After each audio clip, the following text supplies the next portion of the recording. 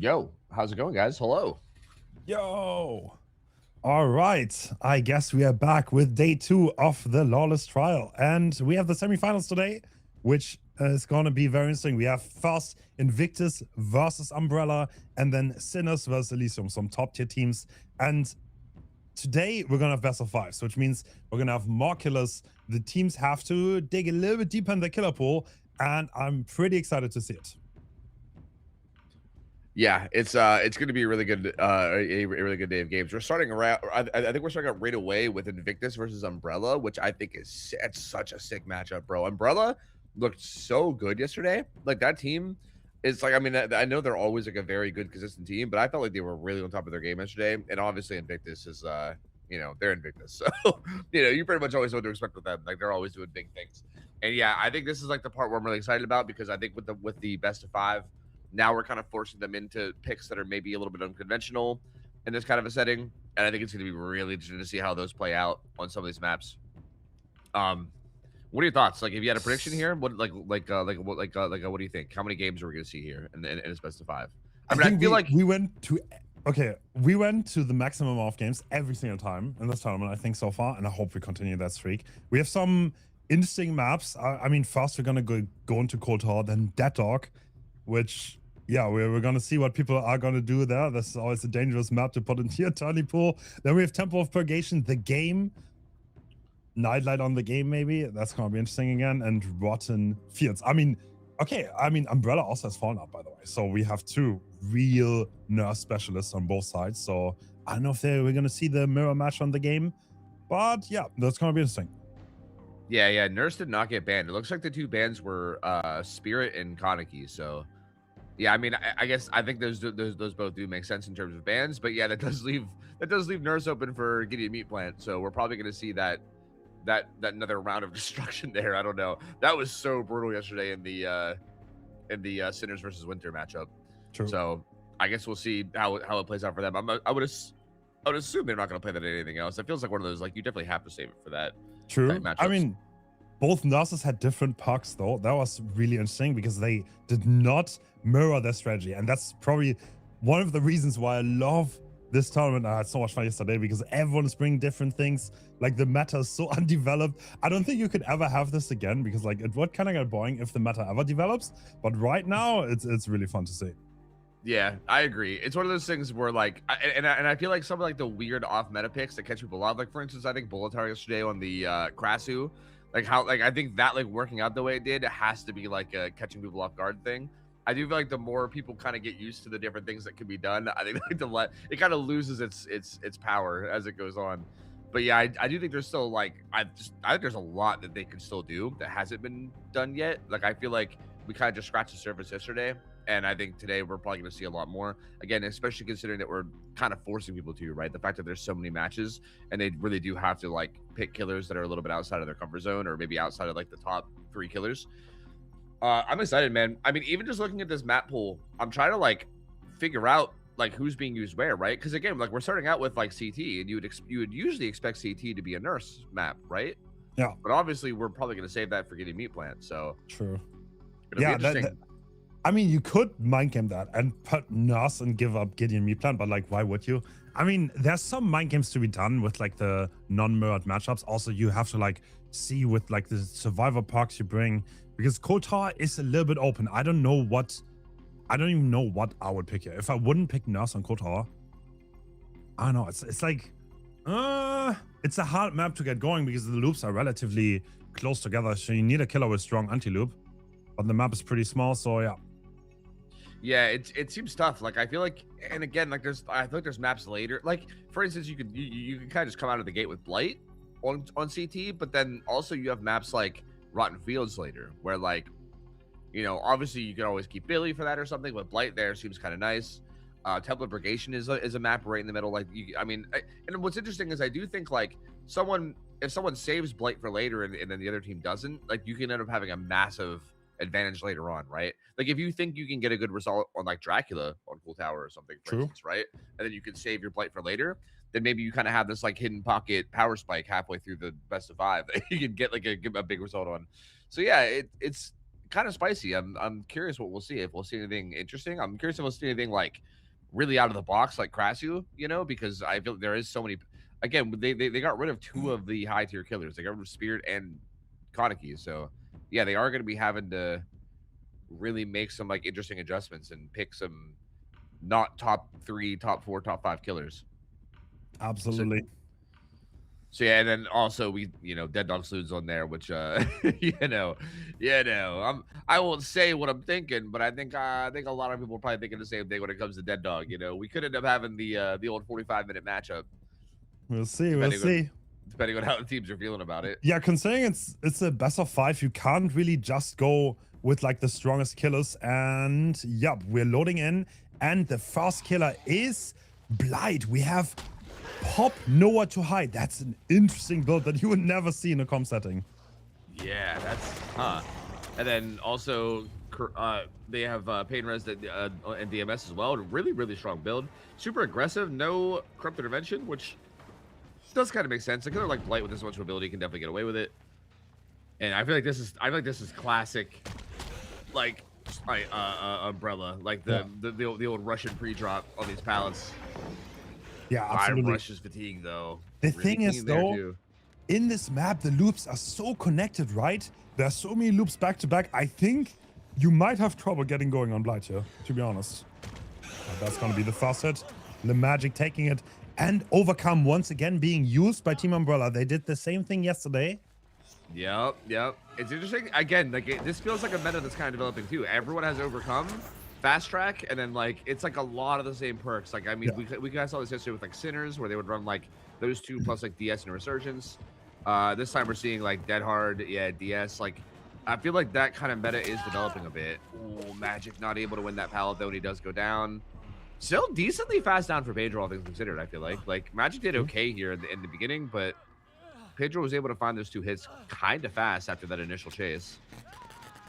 I wonder if nowhere to hide, that could really throw the survivors off. If someone is hiding Fawn Anuk here somewhere around, and there's a gen to kick in terror radius, then this survivor might be cooked. Oh my, wait, we saw the aura. We saw 1 millisecond of the aura. Did he? Oh. Wow, that's a huge find here. The savior has been spotted, and someone else has to rotate around. To the point where you just has to. Oh, I thought he was just forcing lock completely, but yeah, he's trying to buy time. But yeah, that's going to force Exercise off his gen to get the unhook, which is time off gens. It's really hurting the efficiency for sure of Umbrella. Yeah. No gens are popped yet, and I'm not even sure if Hardball's going to pop when the Spain comes in. It's going to be really close. He pops. Oh, he doesn't pop. What? That man switch was still on cooldown. Luckily for them, otherwise that would have been even worse. Yep. And now looks like Pedro's is happy to go for chases here, not looking for a tunnel out. Yeah, which does make sense. I think it's pretty safe to assume every survivor's probably going to have some form of anti-tunnel, which we did see DS on the survivor that was hooked. Ooh, good 3 rush hit there. That Orman tile, pretty dangerous against Blight rushes. Next size is going to head back to this filler, but again, this is another one of those fillers where if you kind of get locked down, yep, not really much you can do if he kind of just walks you down and gets set up for a 2 rush hit. That looked very goofy, but what Access was trying to predict, a rush to cut off the window and try to double back there to... But yeah, Pedro's is playing it safe and no chance. Yep, we got a couple people injured, trying to reset. 2 gens done, but honestly, really, really good pacing already for Pedro. Like, it's definitely not bad at all. Yeah. Three different hooks for 2 gens done, and he's just right back in there. The fact that this map is so small means that he can, like, get that hook and immediately be right on top of people. Like, I think he only used, like, 3 rushes to get on top of Hardwell here. Hardwell with the fire barrel. What? Oh, my God. The juice. Holy. I can't believe that worked as well as it did. That was disgusting. The fire barrel master, man, and gonna be some trouble here. He might not be. Oh, no. Pedro wants to go back to hook. It's looking kind of dead here up until you get to this pallet. And yeah, here we go. X-Side's probably gonna try to take this hit for him. Oh, suppose not. Couldn't do it. And that's another attack on Swatter, who probably... No, he doesn't have overcome, actually. Okay, interesting. That's such an interesting build. He doesn't have an exhaustion puck. Yeah, right? That's kind of bizarre. It's like pure savior build. He was worried about Dead Hard. Pedro was trying to bait it, but it wasn't even in play.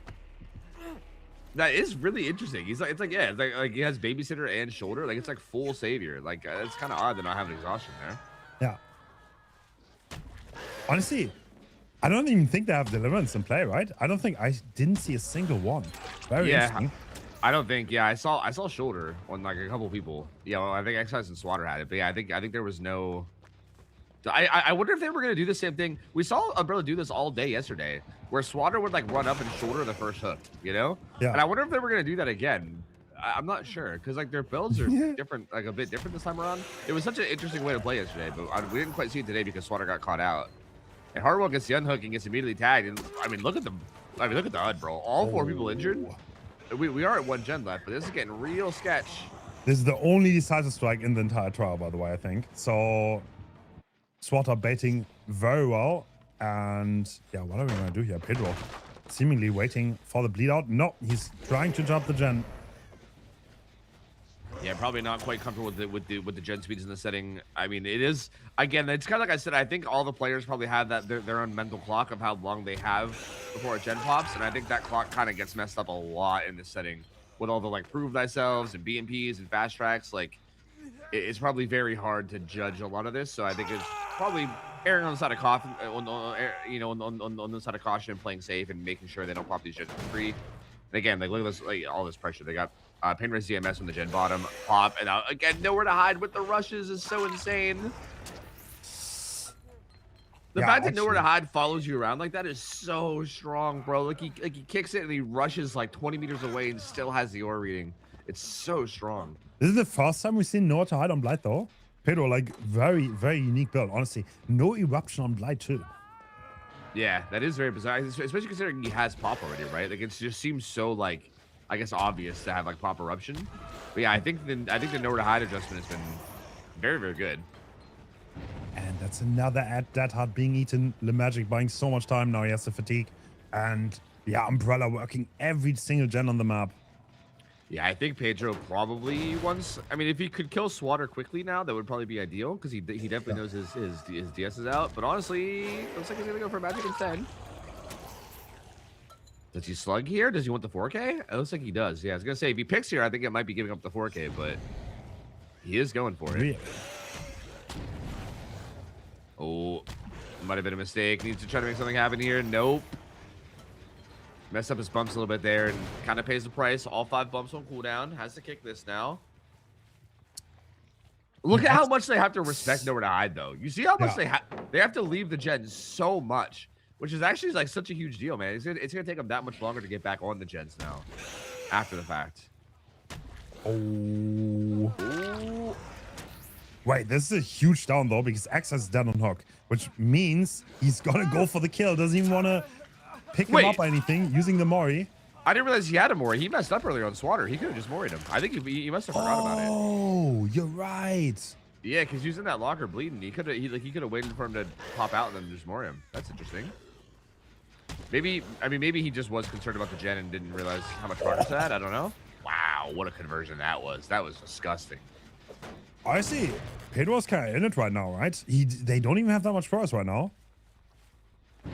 Yeah, that gen top mid feels like it's like filling up high. I'm wondering if it's been hit by a lot of like fast tracks. You know what I mean? Like it feels like the progress is going quite quick on it. So I think it might. That might be like one of those like 50% gens. You know what I mean? Oh. I think Hardwell baits that hard. Doesn't even use it. He doesn't even have that it. He doesn't even have it. Yep, this is the whole no restrictions fun thing. Is you just have to assume everyone has DS and Dead Hard and all these perks, even if you don't know that they have it. You kind of just have to assume. What? Ooh. That's a crazy juke. Team Umbrella kind of sticking in there. I mean, yeah, the gens are high. They're still working all 3, if I'm not mistaken. And yeah, the magic stun is so high. You kind of have to respect that at this point. Oh, yeah. He's trying to bait and come back. Oh, oh, down he goes. I don't think he has time to hook, does he? He's gonna try. He's certainly gonna try. I kind of figured at this point you probably wouldn't hook unless it was Swatter. But Yeah, no, he's gonna try. I mean, yeah, these gens have been fast tracked a bit, so they do have like the less progress. It can be a bit deceiving, like how close the gen is to being done on the HUD because of that, like less overall progress. Slaughter's trying to bail from this. Nowhere to hide gonna activate, but I don't think Pedro just wants to try to interrupt this gen. I don't think he's gonna try to defend this. Oh, actually, they went for the Anox, so there's nobody here. He's gonna kick that gen, but realistically, can you really hold this? Fast Track is gonna keep kicking and make those gens go even faster. He saw Slaughter on that gen, but yeah, I mean, I guess this gen back here at 6 has a lot of progress too. There really is no like guaranteed winning strategy here. That was a nasty down onto Hardwell though, but this has to be endgame now. Yeah, this has to be endgame. Yeah, I mean, these are so many. Yeah, these are so many hook stages though. Like, the other killer almost has to 4K at this point. Yeah, exactly. Yeah, and I do feel like at this point we're still in a position where this could be 4K 0. Like I think if he just gets a quick down here. Ooh, wow, that was a kind of impressive reach round. I can't lie. I can't believe he even got that. And he's gonna quickly kill him. Can he interrupt Slaughter in time? Again, this map is so small that I think he can. Yeah, he's gonna get it. He has to get off the gate. And what can Hardwell do here? This is 4th rush. Oh no, he doesn't convert that. But still loses the 50 anyway because 4.6 blight. And how fast the gate? It's about to be open, so they get 1 out. So if it's a 4K 0, then Team Umbrella would win in the next trial. But yeah, wow, explosive trial, honestly. Very, very interesting build from Pedro. Love seeing that. Yeah, this I think it worked out pretty well for him, man. Like I think nowhere to I think it seems interesting to take nowhere to hide over Eruption because you know obviously Eruption just gets so much progress throughout the game.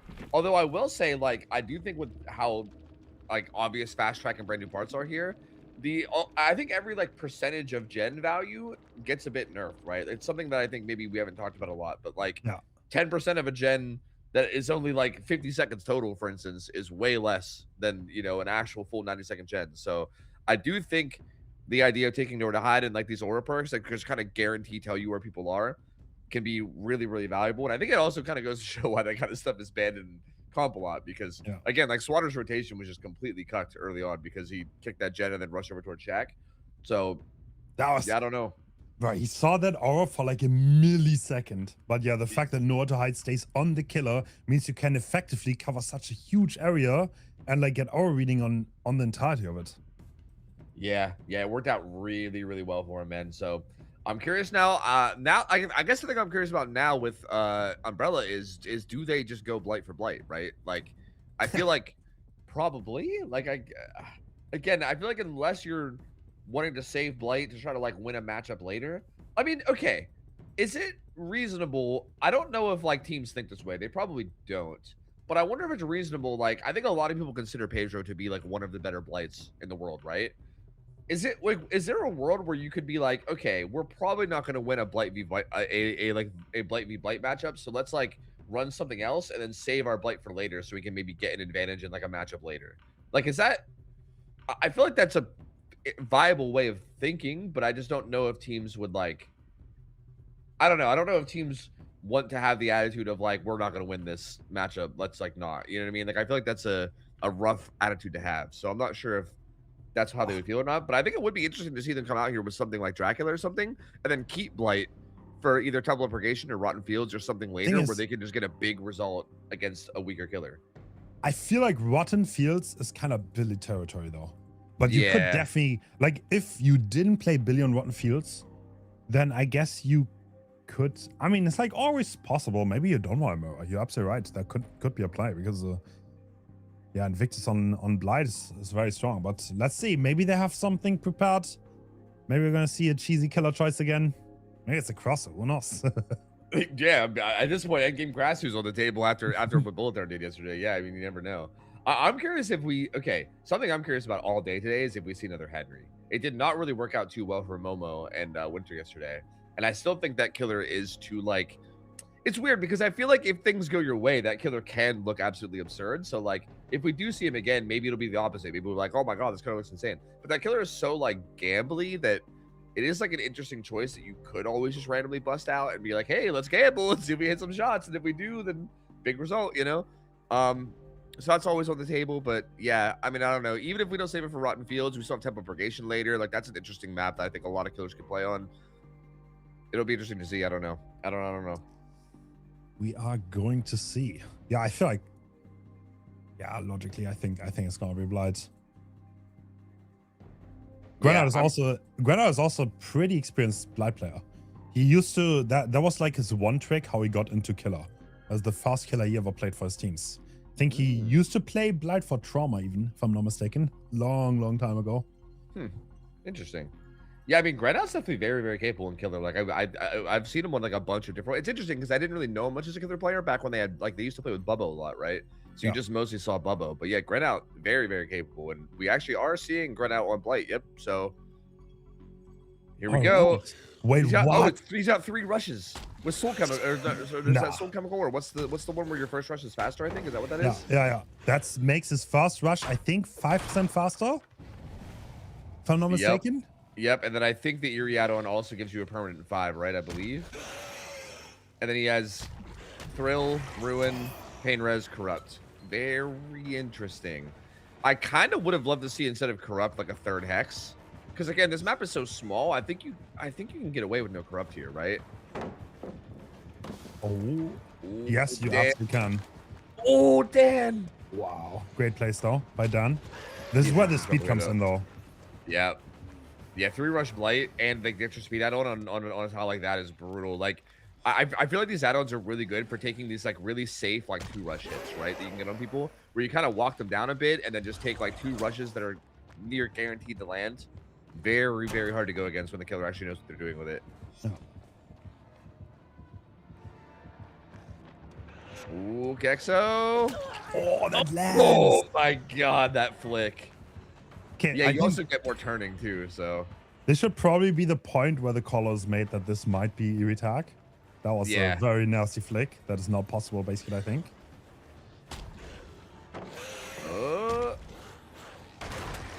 I do think I think they're definitely gonna start noticing that he hasn't rushed more than 3 times as well, right? Like it's gonna start to build up over and over as the match goes on.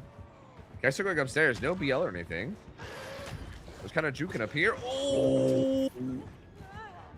Just look, it looks like he's supposed to die deep edge top. That good start though. Kind of I would almost call it similar to the last start, but this is where Pedro found the savior with no auto hide, which is probably not going to happen here. Yeah. There is Ruin. If chaos ensues, that could definitely help so much. Yeah, Ruin can be so nasty once the pressure builds up. Yeah. Find Spitz here. Over at the maze tile. Good patience. Oh, actually, where is he? Yeah, right now, FOV tech is nasty, my lord. But he's going to go straight back, it looks like. Interesting. Like, this is a bit different from what we saw from Pedro. Pedro seemed to have no interest in, like, going back to hook a whole lot. Like, he just kind of, like, took his chase wherever he went and tried to, like, get his pain reses in. We are back on Kexo again. Yeah. The thing is, aren't you just going to eat shoulders? Like, can you actually play the classic way? Yeah, I feel like the fact that you're gonna eat shoulders and also maybe decisive strikes too, right? Like if you get DS, then tunnel. Whoa, that flick was insane. Like if you eat DS and then also get shouldered after the fact, like that's just insane. Like that's so much. That's like near game ending rate, just right there. Ooh, gets flared though. I think they're probably adjusting, right? Once you know it's a 3 rush blight, it becomes a lot harder. Yeah. Because they can just flare your 3rd rush. Exactly. You don't have that many rushes to reposition and play it safe, so you have to go for those flicks, and that make it so much more predictable. Oh no! Kexo with the open field crowds that made him whiff. Oh no, Gren out.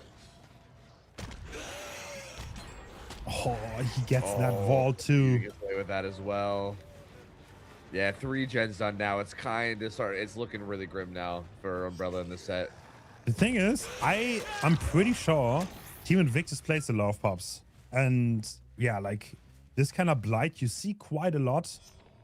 Like, okay, not that much anymore actually, but it was very popular at one point. Yeah, so yeah. They probably have an easy time adjusting to it. Yeah, 100%. I definitely think this is the kind of thing where like if you have some experience against it, you kind of like know what to do against it. Whereas like you could catch people off guard with it if they're not. That being said, I mean that's not a pretty fast down. Yeah, I think form and slugging is probably the most reasonable thing to do here at this point. I agree. And also for the record, I think this is another match where both teams have, I think, literally 0 anti-slug. Yeah. So I'm just gonna throw it out there. I know that slugging, like I think 4-man slugging is still like a risky playstyle no matter what, but no one has brought anti-slug like at all in this whole tourney, other than like a few plot twists. They should summon Dwyker and let him slug them. Like actually, bro, like yeah, get his Billy in here. He's gonna have a field day. It's interesting that no one's gone for the strategy, even on like the indoor maps, right? Even on like Midwich earlier, or like Giddy Meat Plant, like and like the survivors also just weren't even worried about it too, which is so interesting. Oh, we are starting to cleanse the totems, and this is going to take quite a while. I mean, we're not seemingly on nobody. Actually, yeah. We'll find the totem cleanse. Yeah, he knew there's no 4th and 5th rush to worry about. Spitz went so wide there. Yeah, like once you use 2 rushes, they just know you have to send something, which is so rough, right? Like right here again, have to send something. I think there he even went wide on purpose, thinking he was gonna flare, but he didn't. So to the Z wall edge map he goes. Not Spitz again on the Z wall. Oh, he wins the 50s too. It's so, bro. It's so watching people like stall at a Z wall is so goofy, dude. It's so goofy. He doesn't commit to him though, which is interesting. Like he hit him with a normal M1 and could have like just held on to him, but I think wants to head back into the map. I think maybe he just wants to damage him to kind of make him a potential threat or a potential one-tap later, and maybe he starts snowballing. Yeah, I mean, Invictus is not even looking for heals here, seemingly. So yeah, like Pedro just injured on the gen. Yeah. The thing I would be afraid of if I was Team Invictus right now is to get slugged, because there's no way he's gonna get there by hooking. Yeah, right. Yeah, like you would think just like slow playing and healing is kind of the play here. Because yeah, like there's no world. I mean, I guess technically he does have this 4-gen top with Ruin. So maybe they just want to work with the progress they have and try to make sure they don't regress, I suppose. But strong flick, and that was Thrill, by the way. So Ruin is still up. I think he saw Spitz, and we saw the first reset come out. Oh, yep. And now Spitz. Oh no, he messed up the flick and bumped instead. He actually predicted him too. If that would have landed, that would have been a down. Yeah. He actually won the 50, but then ended up losing it because of him colliding. So pretty unfortunate. Oh, like that hit is so stupid, bro. My lord, this add-on is insane. This would be a hook on the Pedro, but like again, it's only like a 3rd hook, right? Like it's kind of like you said. Like I don't think he gets there by hooking, by any means. Yeah, actually, they're going for resets now. So, yeah, they got 1 gen out of the way, and I think now that Ruin is gone, they want to play it slow. But Granite finds them instantly. Yeah, Caxton was in position to get the unhook, though. So, they he can't really commit too long to this because they can now just start pressuring those topside gens with potential prove and fast track and all that stuff that they have. And yeah, I mean, how long is Granite going to be comfortable staying here? Not very long, it looks like.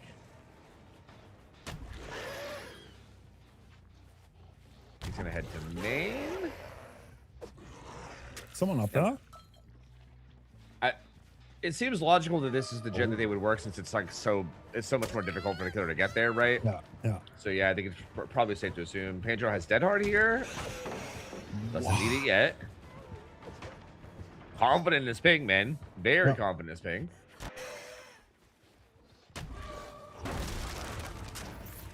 Everyone else is healed though. Full resets on every other survivor, so they're back to full and kind of ready to attack the gens. Pedro still has his Dead Hard up, so he's. Oh, no way! Oh, like I'm starting to think like the Eerie tag was a big mistake. Like there's so many instances in this game where only having 3 rushes has held him back so much.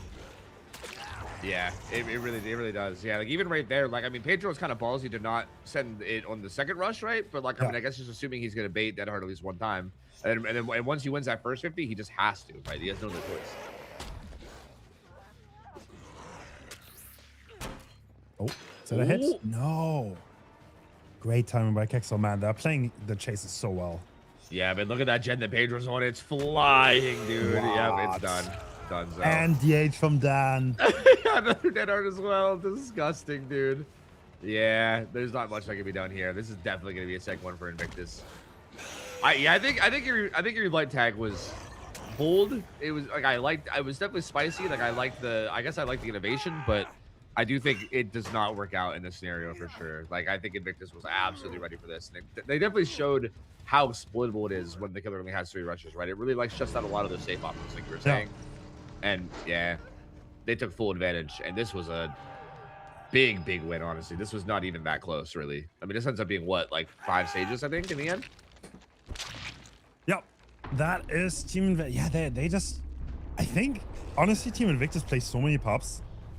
It's going to be hard to catch them off guard with stuff like this. They've played against it, you know? It's like, I think against a lot of other teams, this could work. And like 3 Rush Blight would throw them off so hard. But like, Spitz is always grinding, streaming, and like Dan is also always in pubs. So like they have played against this a million times. Yeah, I know they've also done those like multiple hundred driver win streaks as well. You know what I mean? Like I think they've seen a lot of the random nonsense that people can like throw their way with all this. You know, like I would assume that they wouldn't even struggle. Well, actually, I guess they are the team that went against the Krasu endgame thing, right? Even that though, like for instance, I was a little surprised they weren't ready for that and didn't like carry mushrooms to that, right? Because that is one of those kind of like knowledge checks where if you're holding on to mushrooms, they like don't go away. Apparently, they're calling it the Spitz incident now. So oh, did he like pop a gin he wasn't supposed to or something? No, he died to Rancor like in a very odd way without them getting the gate done. Yeah, I remember. Yeah. I mean, it can work. I mean, I've only played against like once, I think, ever. So like almost nobody plays that. It's always the cheese, don't underestimate it. But in this case, pure blindness was the play, and yeah. I feel like Blight's not the kind of kind of killer you want to cheese on because he's already just so good, like as he is. Like I don't think you need to cheese someone. Like if you're already like the best killer, like I think busting out the cheese is not really that needed. But that being said, we are going to be moving on now to Dead Dog Saloon, yeah? Yeah. And this is an interesting map. I mean, again, like we said, we have Singularity on the table, and, you know, we know Nightlight is, you know, he's somebody that likes his Singularity from time to time. I mean, we're not going to see Invictus on Killer First, though. It's going to be interesting because we're going to see Umbrella on Killer First. I'm curious what they bust out here. We saw Spirit picked here before, but she's banned, so she can't be picked here now. I think Dracula is an obvious option, with the whole like being at a TP in bat form up to the top of main and everything, on top of just being, you know, like kind of like you said before, like wolf form shuts down every pallet so well in this map. There's a couple choices I think make a lot of sense. I'm curious what they go with. Henry, again, no way you go with Nurse because you guys save that for later.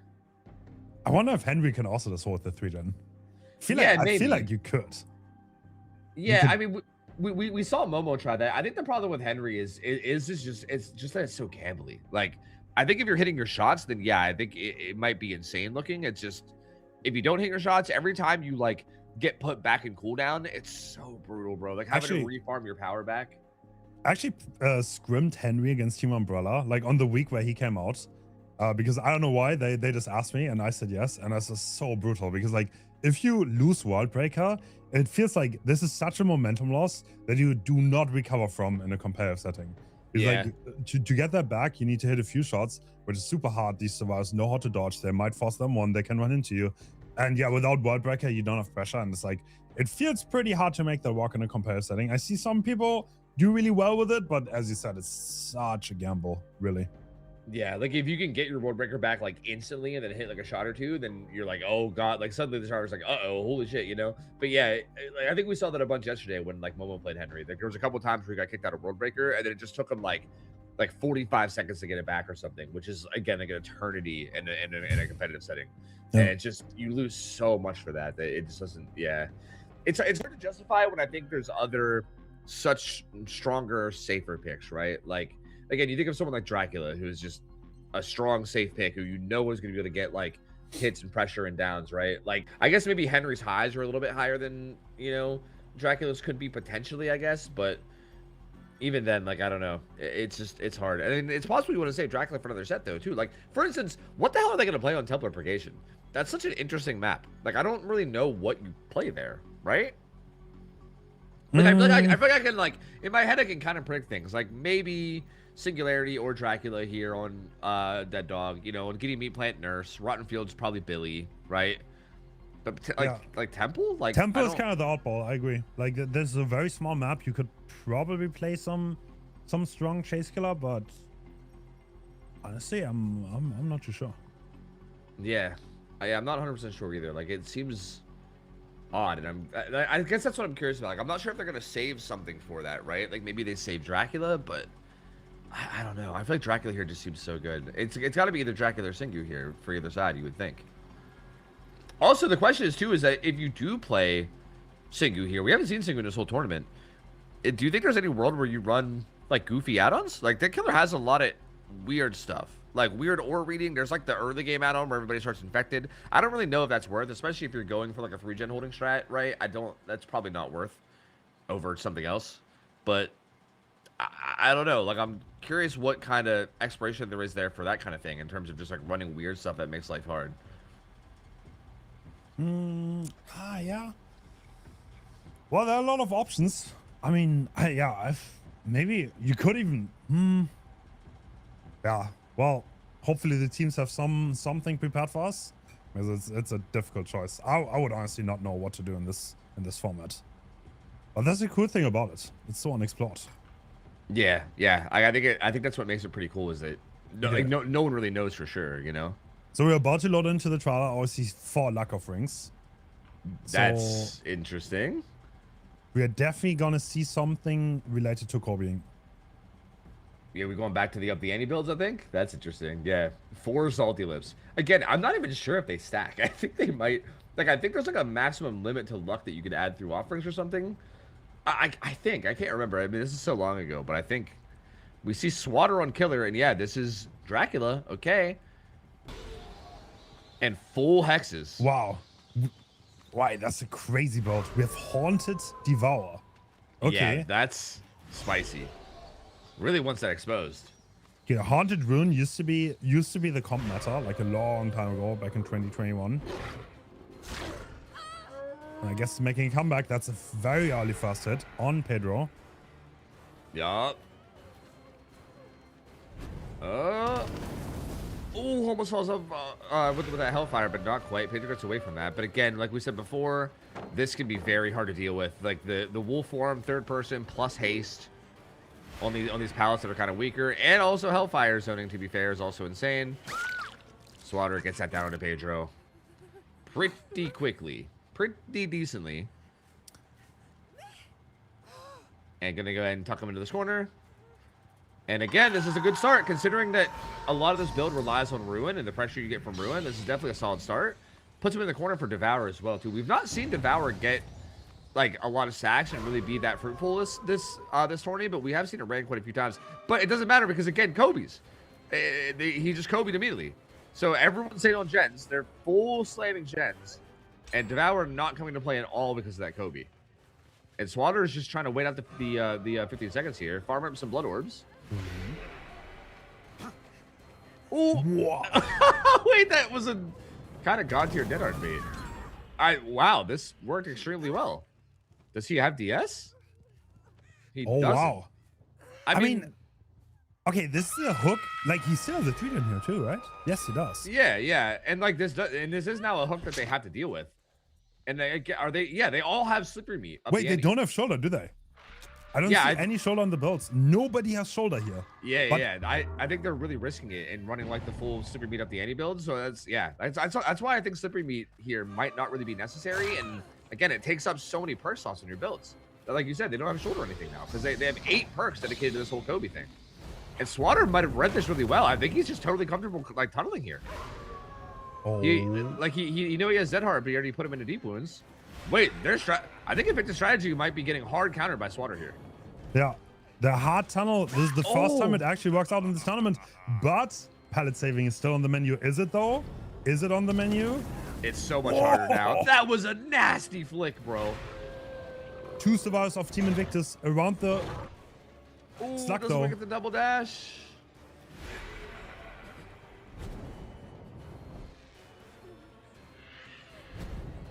Yeah, this is such a, oh my god, this is such a standoff. Oh, just goes for it. Can't Dan get it from the other side? Oh, he doesn't. Kexo gets hit for it too. Oh no. Does Spitz even complete the generator he's working on right now? He might not even complete it.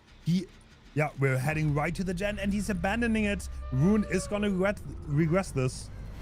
Oh my God, Swatter's playing this so well. I feel like he read their builds like a book right now. Like, he was not worried about the hit tunnel at all, or the shoulder or anything. He said, Kobe builds? Okay, I see. And he just immediately handling this with perfection. And again, we still have Thrill, Ruin, Haunted. We have all these perks to deal with. Oh my God, that gen is done? Yeah, wait, the gen progress is actually insane though. What? Wait, we're about to gank him.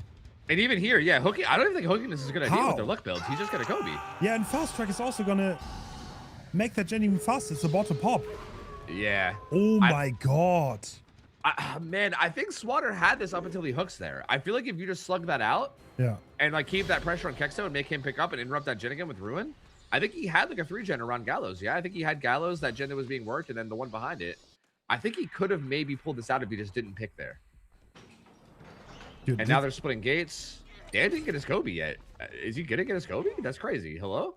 He's like 50% on attempt. He doesn't get it. Wow. Oh, that's so unlucky. To be fair, once one person dies, you do lose one of the stacks on at the ante. So you do get less luck. But still, that's still like a very high % chance to Kobe. Oh, he just runs through. Honestly, if he gets this down instantly, he might have been able to fork it. But now it does seem impossible again. Oh, the Ormond tile of Dead Dog is so awkward, but Kexo doing a really good job with it. Down he goes. Yeah. Wait, are we actually trying to sneak that gate, I guess? Yeah. Bro, Kexo's gonna jump off though. He's gonna jump off and go to the gate. Oh yeah, it truly is, isn't he? That's a good point. Oh no. I feel like, I don't know if I'm crazy, but I feel like you have to 4-man slug this till the end of time. Yeah. Yeah. Or at least like 3-man slug it after the kill. Like I think once you got that kill, I think a 3-man slug is totally in the cards. True. No way he doesn't get it. Oh, okay, here we go. Oh, he doesn't get the Hellfire. Get hit, and there's hitting, so it's over. It's over. Yeah. Unless he can maybe get in front of him and just like body block him for an eternity, maybe? I don't know. He does not manage to do that, and 15 seconds endurance is way too much. Yep. So that ends up being 6 stages, 3 fresh is the final result, which again is kind of a shame because I feel like that was such a good early game. Like I felt like Swatter was cooking so hard. Like I feel like I think the fact that he did go for the tunnel, considering how risky that is in this tourney, like again, I feel like he read the build so well in terms of like what they were doing once he saw the Kobe. And it was like, it looked like it was going to work out really well for him. Like I thought that was going to end up being a big result. And again, I still think it was so close. Maybe if he slugs there, but I feel like, I don't know, in the end, 6 stages, 3 fresh. Like if you just look at the end result and don't look and I don't look at the gameplay getting there, you're like, I guess that's okay, but like nothing crazy, right? So I don't know how I feel about this now. Going into Umbrella Survivors. That looked like the fastest turnout ever. But like the fact that nobody had to rotate for the fast unlock, they all have brand new parts with like insane toolboxes. Yeah. Like the tower was fast, the gens were fast. And in the end, yeah, that has to be a result that Swat is probably, I don't know, probably not happy with. Is he happy with that? Yeah, that's what I'm saying. Like, I don't know. I feel like you probably were hoping for more, especially considering like how well the early game went for you, right? Like, I feel like you're probably at least hoping for more, but yeah, like that gen speed is just insane, dude. Like, I still couldn't believe that gen at the end of the street was popping whenever the spectator swapped to him. I was just like, what? How? Like, it's so wild. Like, all the perks that they have are just so strong, man. And then I think, like you said, like I think the extra efficiency of not having to rotate for pools just adds up so much, man. The gens just fly. So I don't know, man. I don't know. I feel like I think Invictus was probably happy with how that went, most likely. Like again, you're coming on now with Nightlight, who could play Dracula, he could play Singu. I mean, regardless of who he plays, if he gets 6 stages 4 fresh or something better, then he wins, which I feel like is relatively reasonable to do.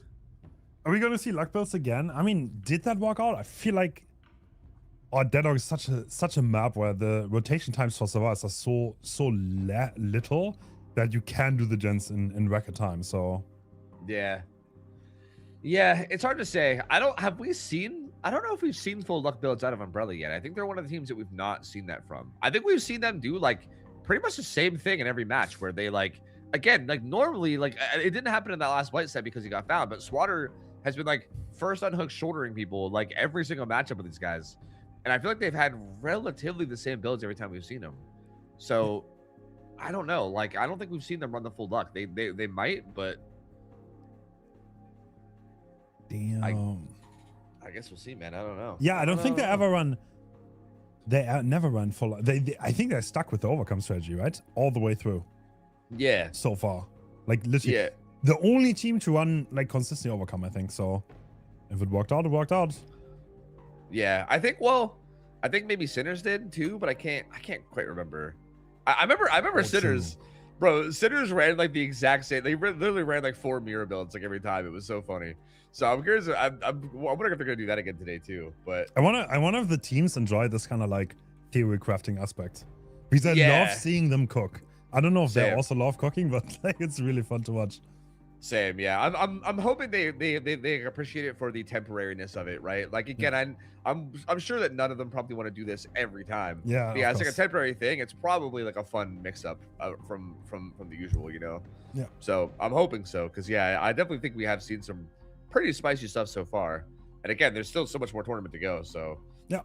I mean, and I think this one I'm so curious about. Like, I think if there's ever a time that we're going to see Singularity in this tournament, it's got to be now, right? So True. this feels like our one chance at it. We'll see. I mean, I wouldn't be too surprised if it was Dracula instead, but To be honest, I don't think Singularity would be good given the win con, because Singularity is like either you get like nothing or you get everything. I feel like. true. Yeah. Especially if you're going for like the 3-gen strat, then it's definitely like that, right? Like the 3-gen strat either works extremely well or does nothing at all, right? It's Yeah. I mean, and then also like playing a more aggressive Singularity, I don't think works here. Like I don't think you can get the downs fast enough to justify like I don't know. Yeah, so it is kind of an odd pick and it is Singu, to be fair, it is Singularity. And we see four Kunis toolboxes with BMPs from the survivors. Oh, the end game build. Wait, what? Oh, It's end game Singularity. with an early game add-on though. He needs. He has. This is. What? All right, cool. So he What needs to get his stacks going. That's one thing, right? This is like a cool build and all, but you need to hit the obsession. You need to get no out stacks, and you need to hook people, and that's something you need to get going. And you don't have a build to slow the game down, which I think can be pretty hard given the setting we're playing in. Yeah. He does manage to find Swatter here, but Swatter did grab an EMP earlier. I think they might be trying to get together to EMP together, but he might have the EMP himself now because he is in the thick of it. Yeah, he does EMP himself. Magic looks like he's grabbing another one. I think Hardwell was on one earlier too, maybe, unless I was imagining that. Isn't this like one of the worst kills to have overcome against? Yeah, pretty much, yeah, because it doesn't really do much. You can just teleport right on top of your face anyway. Yeah. Nice, okay. Looks like Magic was hovering nearby and he instantly EMPs him. Hardwell was here too, and Nightlight's gonna pressure him off. Yeah, I think Nightlight is honing in on the obsession to get those rememory stacks, but they're very vital for the strategy. I mean, the survivors have no idea that's happening, by the way. They probably think like we're about to get 3-gens. Yeah, right, 100%. Yeah, like I think they're and also with the early game add-on too. Like I think that maybe kind of gives like maybe it's just like a really aggressive build, right? Like maybe it's not like I feel like the last thing I would think is probably end game. I'd be like, yeah, either really aggressive build or end or a 3-gen stuff, you know. And Magic here in some trouble. And yep, he's gonna be going down. That'll be 2 stacks. Remember me. This will be his first stack of No Way Out. So this is kind of where it starts going. There's no way for the obsession to change on the killer side though, right? So like, interestingly, Rancor in terms of like the Mori from that, it's a bit of a weird like anti-synergy because you need to get hits on the obsession to get Remember Me, but also like the hooks you get on them are less, like kind of gives you less end game. I don't know if I like this build, Tofu, to be honest. The more I think about it, like I feel like it's gonna be pretty hard to actually get to 6 status. Because as you said, like you want to hit the obsession, but you also want to like that's the easy kill you get late game, so you're gonna get less status for that. I can't help but feel like maybe having Noed instead of Rancor could have been better. Like that does not give a stack, by the way. Obviously that was It was a hit on the obsession, but because it's an endurance hit, there's no remember me stack being gained. Yeah, it's not an official loss of health state, so yeah, no actual stacks coming through. So it's still sitting at only 2. And at this point, you probably just want. I mean, okay, I guess in theory, maybe the idea is like maybe you just want to hook every survivor one time, and then kill obsession late game, right? Because that would technically be 6 stages for fresh, which is the exact win con. But the question there is like, do you actually get everybody hooked for one game? Like, can you realistically do that with all these perks that they have? Like, I don't know.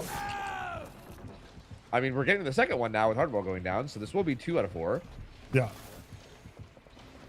But if that is the strategy, then you also have to like bank on the fact that you're able to actually find magic end game as well. Like there is a lot that goes into this. To be fair, like the entire stay injured meta will definitely help him because Terminus is gonna be huge. Yeah. So if he gets Granite to also be injured, they're probably never gonna reset. That's what nobody did all Tourney. Like almost nobody ever reset. Oh, the Magic losing the 50. And that's another stack. That's 3 stacks. Remember me now. And I guess to be fair, if the obsession dies like before endgame, then remember me is way harder to deal with at that point because they're the only person that can do the gate quickly. Oh, he's gonna farm his luck endgame. He's gonna wait. He wants to tunnel the magic out, but there's gonna be shoulder, right? There's no way you can actually do that. Yeah, you would think. Yeah. Wait, what? That's on straight up nothing. Okay. Interesting pod setups. Okay. Gallows pops though. But rank rank 4 information. Very, very strong. Finds Gren out now. The last full health survivor. Yeah. Like we said, getting that injury is gonna be huge because it makes Terminus a lot stronger later on. Yep, Gren out did avoid it for now. He's also just holding an EMP currently, waiting to pop it, but oh, okay. Like gonna replace this on the cactus. I love how the cactuses are like the best pod placements on this map. You just stick pods on all the cactuses around the map and you have such good vision. Swatter. Is it shoulder? No, not shoulder. We are not shouldering. That is so interesting. Does Swatter not have shoulder anymore? He does have it. He just didn't shoulder. What? Swatter went from shouldering fast talk every time to not shouldering a death survive. Yeah, while he's unhooked. Yeah, well, I think their use of shoulder is very different from my use of shoulder, I suppose, but very interesting. All right, Granite being spotted. Yep. And at this point, actually, it's I think coming to Granite might not be crazy, right? That's your 4th fresh. Oh my god, dude. And if you hook Granite, then it's any one stage after that and it's over. Like we're getting Look close at to the win con. anti-camp. Anti-camp is gonna trigger that. Oh yeah, true. It's flying up right now. That part is straight up on nothing, by the way. Yeah, right? What is that? Yeah. Oh. That is such a crazy pod. That's how we'll make the vault. No. Yeah, he does not make that. I mean, Jet and main is so high progress. So like the way this starts to work out is I guess we are playing for 3-gen, but now this is gonna be that game, right? Like we're getting into that game. This is the 5th stage. So Team Umbrella would need to play extremely clean in this end game. Yeah, if Great dies at all, then it's over. You know, if Tuesday just coming any other way, it's over. So one thing to think about, by the way, is if you were to shoulder the magic, Rancor becomes more valuable again. That might be the reason why they didn't do it, actually. True. Yeah, true. Maybe you're right. Yeah, they do actually know about Rancor. So yeah, and also to be fair, he had babysitter as well. So just a normal babysitter on hook is probably enough there, realistically. So yeah, that's actually probably good thinking. Oh, he can get both. Oh, huge. Okay. I mean, if Hardwell dies on the hook, wait, can he camp this out? That's a tie if he dies. Yes, it's not that's a win. a tie. It's just a tie. I guess, are they satisfied with that? I mean, maybe. I don't know if they get this gate open. The magic is definitely going to be on that far gate. Yep, he is walking. He's waiting for it, and I think that might be on time. Yes, I think it's on time. Is Snyder going to take the draw here? He needs to delay a tiny bit. Tiny bit. That's all he needs to do. Oh. Do they get the unlock? Is someone ready to unlock this? That's the question. Yes. They are, yes. Yeah, I mean, even if even if Magic dies here, then it's still just a tie. So we're still mostly just. This is kind of interesting because I think he kind of took a risk going for this, hoping that they weren't in position for the unhook. Wait. Oh, interrupt Swatter though. now. Swatter's a high valuable target. True, actually. Oh wait, yeah, this works out so much better now because they can't even really 1-for-1 because Granout can't be hooked. I mean, at this point, no one else can be hooked. Like if you put Swatter on hooked and just camps him, what do they do? And basement's right there too. He can literally you plop him in basement, and one of the gates is here. That's so smart by Nightlight. I mean, Swatter just kind of agreed at that, right? Like, there was a little bit of miscom, and he's hooked in the basement too. Yeah. Well, you will have to open that gate. Yeah. Hardball's gonna go there, and that's a steam over. Yeah. Die to a 99 gate in comp. I've seen it all now. I've seen it all. Yep. Someone make the Reddit post. Someone make the Reddit post. It's over. Yeah, that took stage number 7 coming in on Hardball dying right now, though, which is enough for the win. The win con was 6-4 fresh. So, yep, that's the win guaranteed no matter what. And that puts Invictus up 2-0. They could 3-0 sweep this best of 5. That would be an interesting way for this day to start if they did that. Umbrella, I feel like matchups like this make me like so sad because Umbrella is playing really well. It's just like Invictus is just like consistently just a little bit stronger, right? Yeah. I mean, that Blight set was maybe significantly stronger because of, I mean, I don't know. I think a lot of that was the Eerie Blight tag, but still, like Umbrella looked pretty solid in this set. It's just, again, a little bit stronger as Invictus. And I'm also wondering if them saving their Dracula pick is going to matter, right? Like, again, if we end up going into Temple of Purgation and they have Dracula and then the other side has to pick something else, that could end up mattering now too, right? We kind of saved a strong killer on Invictus' side. Whereas I'm not really sure Singularity gets used anywhere else. Oh. Yeah. Okay. The Scoops and Hoy employees paying the respects, I believe. Actually, double Scoops, I just realized. That's Granout leaving. Yeah, Granout gets out with his fresh hook, so they do get those 3 stages out at least. But there you go, 9 stages, 3 fresh for Nightlight. Strong result, honestly. Like again, 9 stages, 3 fresh, in a setting where all things are allowed. Again, if we can rewind to like before we watched a single game in this tournament, if you just asked me like, "Hey, how does Singu do in a completely anything goes tournament?" I don't know if I would say 9 stages, 3 fresh. You know what I mean? Like that's.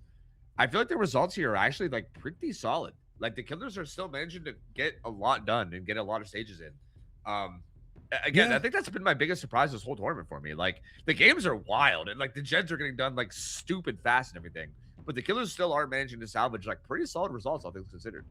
Yeah, it would be interesting to see an average after the tourney actually, because I do think like, yeah, the stomping is not as hard. Like it's it's way more snowbally than normal. I think that's a good way to put it, I guess. Yeah. I think if either side gets ahead, it's like so much harder to stop them from just running away with it for sure. But yeah, it's just I think the killers have done a good job of not letting the survivors get super far ahead. Other than like occasional, like again, I think that Blight game from Umbrella was like a little one-sided because of your Blight tag. But other than little occasions like that, it does feel like the survivors have done a pretty good job of keeping it close. So I don't know.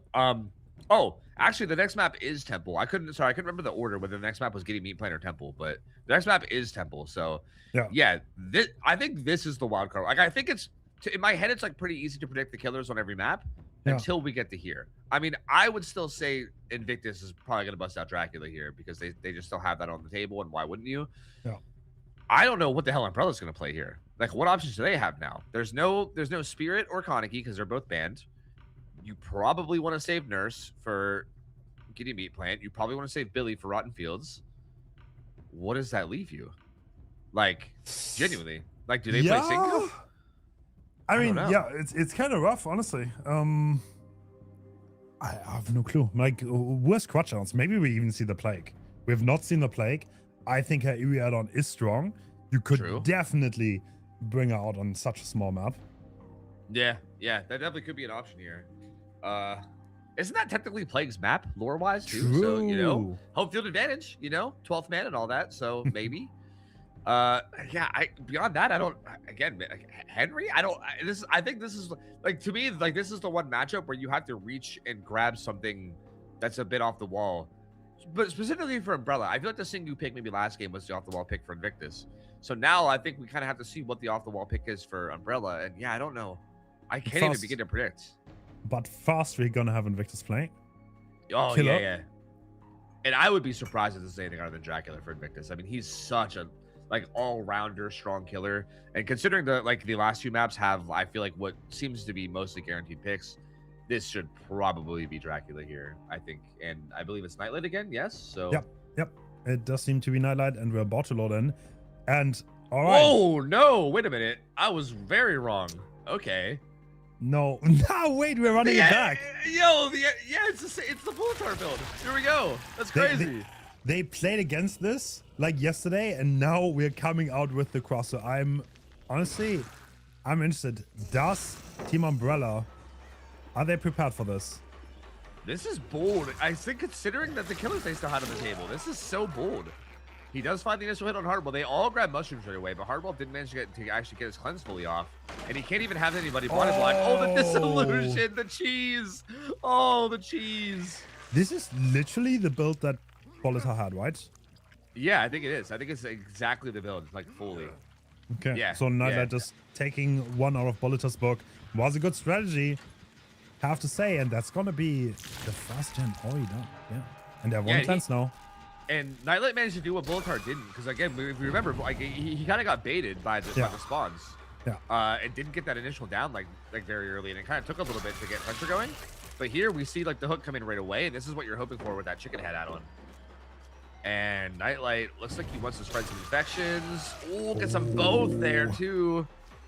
Where we're gonna go? Oh, am I gonna get this one too? No, just hit the gen, just hit the gen, just hit the gen. If you hit the gen, it bounces. Oh, these gamers don't know how these killers work, bro. No one plays these killers. Yeah. Yeah, Swatter avoids the infection for now, but it still continues to. I mean, that's the solution, though. Oh, he can vault in time because it takes a second to activate. And if he vaults again, it's over. Oh, no, that's just running it down. The old crouching wave on Steve. Pretty classic. Has a jungle gym pound, though. Down it goes. Dissolution still up. He isn't able to vault it. God, bro, I swear the dash hits are just so crazy in terms of their ability to land. We do have a survivor here too, but maybe just wants to take this hook again. I think stacks and no way out here are huge. It's interesting seeing this as the first build too, right? Because like, or the first match. Because like, I don't even know what result are you hoping for here. I guess just like the best you could do, but it is interesting. Like how this kind of sets the pace. Oh. Yeah, I mean, these chases are just, oh my god. Like, Nightlight is making Crosser look incredible right now, to be honest. Yeah, I still hate the way some of the survivors plays too. I don't think pre-throw this is the play, because you just die. Well, oh, tried to make it with life, but it wasn't fast enough, and that's another hook. I mean, okay, we're only at 2 minutes left though, so. Yeah, third stack of no way out, but yeah, only 2 gens left already, thanks to all the gen perks. And also no corrupt intervention. Oh my god, that bounce. What in the world? Doesn't quite get that. Fast unhook once again. Is this magic? Is there blood on the trail? I don't think there is. This might be magic. This might be his last stack. And also, for the record, he has no Remember Me stacks right now. It is magic. Yeah, he's heading towards Jack. He does currently have no stacks to Remember Me too, so. Yeah, true. That Pog is completely dead in that form. Does nothing. He might not care though. If he has 3 stacks and no way out and Rancor, maybe he just doesn't care. Maybe he just tries to Rancor him. Oh no, this is disastrous. Wow, they just deer headlights that one, huh? They ate a double infection and then Grenon immediately goes down. That was so weird. Why are we greeting that heal like that? Yeah, that's very bizarre. I feel like healing is not even that important against this killer. Yeah, right? It's like the infections are way more important, right? Yeah, it's kind of bizarre. Oh, and now we have magic. Now we're gonna get some stacks to Remember Me. Maybe our 4th stack of no way out.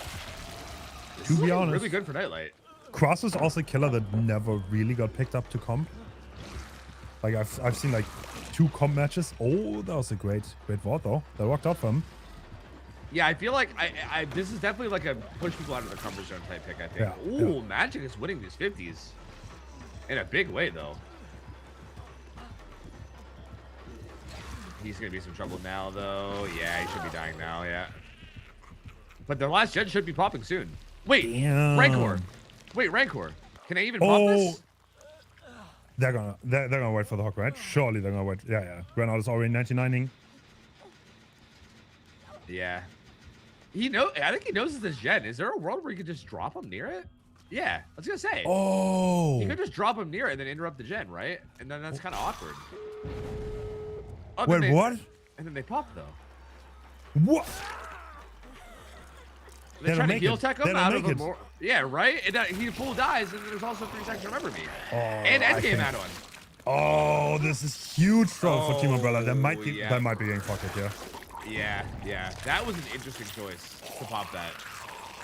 That honestly sounded like a little bit of miscommunication because the ace was trying to heal, Hardware was trying to heal, and Grenade decided to pop that gen. Yep, and it looks like they only had that one mushroom on Grenade as well. Like no one else seems to have mushrooms in the moment too, which is also kind of concerning because again, no way to get them. If you're not carrying one going into endgame, there's no way to get one. They don't spawn anymore. Yeah. So like Hardware and SWAT are permanently infected now. Grenade's the only one that isn't, and he's also injured in death hook. They're actually healing. I mean, yeah, like even here, like the heal, like I mean, I guess he. I mean, there's nothing else to do. Like no auto still active, so. Yeah, true.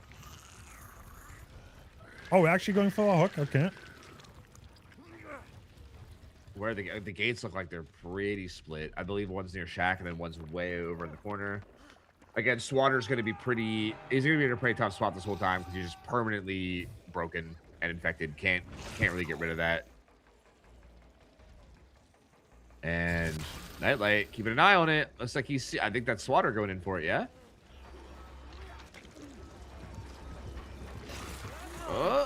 Okay, trying to body block this. Ooh, okay. No such luck. He's gonna take that hook. Right now, this is kind of giving me vibes that Umbrella never really played much against Quasso, to be honest. Because I think there's one of the teams that doesn't play that many pups. So there might not be crazy used to like this cheesy balls that Nightlight is bringing here. Yeah. It definitely felt like they were caught out of their comfort zone a bit with everything about this set, right? Like, it is kind of it is a strange killer choice. And yeah, again, if you're playing pretty much comp all the time, this is definitely something I don't think you're going to have a lot of experience against. At this point, there's no way they go for this, right? I mean, up on the hill, I feel like, I mean, they're healing, but no. Yeah, no, I think they're just going to go. Yeah, 10 stages. I mean, I feel like you say this every time we see a result like this, but this is practically a 4K, right? Like you pretty much have to 4K this now on the other side to be able to beat this. Yep. So that's pretty, and again, especially considering how Invictus and Survivors have been playing. Like, again, we saw Blight CT earlier get 5 stages. So I feel like Invictus and Survivors have been really, really, really efficient. And yeah, having to get a 4K on them on this map, especially when, again, I don't even know what killers you even have left on Umbrella, right? Like, assuming you want to, I feel like you can't really afford to use Nurse here because you really need that friggin' meat plant. Like, if you go into getting meat plant playing against their Nurse and you don't have one yourself, then you just lose that anyway. So, like, I feel like you need to save that. And then you need to play something here that isn't Dracula or Blight or Billy or Nurse or Kaneki or Spirit. Like, you don't have access to those 6 killers. Who else is left? I don't know. Embrace the cheese, I guess. Yeah, I'm curious what kind of cheese we'll see from Umbrella, I guess. But man, Invictus, I feel like they've really like caught their stride. Like, I mean, don't get me wrong. Like, I think the first round it was Praxis they went against, and Praxis is obviously a very, very top tier team. But yeah, I mean, every game yesterday went to tiebreaker, and every game was pretty close. This set so far, like this entire series, has been very, very much Invictus sided. Like, they look so clean, dude. Like, I swear it's like when they're on Survivor. I know that it kind of feels this way for every team because of all the gen perks, right? Like, the gens are flying. For Invictus, it feels like somehow it's just like even more. It feels like they have a 5th guy on gen somehow. It's so crazy, bro. They're just so efficient. Yeah, I think they always play 4 fast tracks. I think, okay, that almost every team played that. Not from the very beginning, though. But yeah, like you said, it does seem to be one of the hardest teams to 4K in this setting. Well, let's see. I don't know. I said Plague earlier, but thinking about now, what Survivors could do if they see Plague, they could literally 99 every gen, right? Like, yeah, I was thinking the same thing. Yeah, I mean, you could run Plague with like Ruin Thrill or something, though, right? Like, I think you can kind of play around that too. But yeah, I mean, like the 99 strat is kind of like doable. You could also like hold, like even if there's Ruin, you could try to like hold multiple gens to 99 and then pop them all around the same time, right? Like if you pop like 3 within like 10 seconds, then you kind of nullify a bit of the power too, right? Like, it obviously doesn't make it go away entirely, but it helps a bit. Like, there are some ways around it for sure. But yeah, it is like again with everything else that's used. I still just don't like. If not Plague, then what? I guess is where I'm at right now. Like Krasu again? Like do they match Krasu? I don't know. Could be. I've seen them. Actually, I seen Umbrella play a Krasu set against Invictus. Oh, I just remember that. I saw that like a few weeks ago, but Invictus won that very decisively. That was Fallen Art on Krasu, if I'm not mistaken. So maybe. That's interesting. I wonder if that had any influence on them playing Krasu here. That if Invictus remembered that and they were like, oh yeah, that Krasu set, we kind of went before with it, easy peasy. It's going to run that back, you know? Maybe. Yeah, I don't know, man. I don't know. Like, I'm trying to think of like the other like higher tier killers that you would think to run here, and I just can't. I can't think of anything. Like Clown? I don't know. Like I don't know. I have no idea what the hell you would run here. Yeah, I don't know. I mean, that's on them to figure out. This is why the best of 5 is kind of cool. You have more sets that you need to space out. There's not that many top tier killers, and you kind of have to bring something cheesy at one point, I guess. So, yeah. Yeah, like again, I feel like we saw the Singu cheese. I mean, to be fair, is Invictus just not going to play Dracula this series? I guess, like, because again, I kind of consider the endgame Singularity to be kind of cheese. So I was like, okay, like that was their one cheese, and now they have Dracula, Billy, Nurse to fall back on, but they just didn't play Dracula either. So I don't know anymore. Maybe I think they lost a couple of Dracula sets, and now they don't play it anymore. That's like what Invictus always does, to be honest. If they lose a killer twice in a row, they don't pick it for like months. They're just like, yeah, it's not a killer. It's like, I guess I remember like in Team Eternal, okay, that's like obviously a different team, but like very similar players. Team Eternal, they lost like 2 Blight sets, and their Power Blade banned Blight for like a year straight after. I mean, to be fair, it kind of makes sense because they're so good at pretty much every killer that yeah, like they could be that picky, right? Like if there's just one killer they never want to play, they're like, yeah, I mean, we're comfortable in everyone else. So like that does make sense, I guess, right? Like if they just don't want to play Dracula, I guess that kind of checks out. That they're like, whatever, like we just won't play that one killer. So yeah, I mean, I could see it. I mean, so far it's worked out. I mean, their Singu set worked. Like this Krasu result was extremely good. So, hey, I'm not questioning it too much. Okay, they seem to know what they're doing. It's just interesting to see to me because now again we need to see something else from Umbrella, and I just don't know what it'll be. Whatever it is, I think this is a phenomenal result. So beating this is like really, really hard. Yeah, I don't think there's anything here that does. Like I'm trying to think. Even like Nurse, I think even if they wanted to like take Nurse this set and not have it for the Giddy Meat plan, which would be a crazy move for the record. But even if they did that, I still don't think you win here as Nurse either, right? Like I don't know what killer wins this at this point. I mean, so is that maybe they just go for slugging. Maybe slugging is the play. Nobody really attempted it. All Tourney. No, okay, so no Survivor team played anti-slug. No killer went for slugging. So like they just don't deem it viable, I guess. Yeah, which I still find crazy. Like I'm not sure how much people are paying attention to this, but yeah, it is kind of interesting that no one has really ran anti-slug. Like I feel like there has been multiple opportunities throughout this tournament for people to go like all out slug. Yeah. And it just hasn't really happened. It's kind of interesting. But even if you're gonna do that, you still need a killer that's strong enough to actually manage that, which I think is still difficult against drivers like this, right? Like if you're gonna go for a format slug, you need to get to downs really, really quickly, and how's that possible when the team is this good? I mean, I do think Plague might be a good option for that, right? Like everyone stays injured. You have maybe something like Eerie Flash or oh, it's Clown. It is Clown. Okay. Oh, okay. Wait, do you have? No, we don't have one shot, right? Okay, we have Blood Favor Clown. I mean, he is fast. He can kill people fast. Can he kill people fast enough though? No Thrill is interesting. Does he? I guess maybe he wants his Haunted to get cleansed. Maybe he's worried that they're not going to cleanse if it's Thrill. That's interesting to not see Thrill. Every single totem build we've seen has had Thrill today. No corrupt, no Thrill. Weekend, I think. Ooh. Damn, Kexo actually greeting for the stun on that, and he gets it. Yep. We see the add-ons from the killer are both the extra invigoration. We see 17% haste. It's so strong, bro. Like the like again, like hits like that. Like this killer is genuinely, I still think this killer is so underrated. Like I think Clown is very, very strong. I mean, again, I don't think it's strong enough to 4K these survivors with all the perks they have at the moment, but I think this killer is very deadly. And you can see ends that chase extremely fast with that haste. Actually, completely between the gens here on that fast down. That's probably as ideal as it gets. Yeah, like, you can get a hook right in between them, and now they're gonna regress a bit with Ruin. Dude, but Pedro already has a gen so high. It's like, yeah, the gens just fly, dude.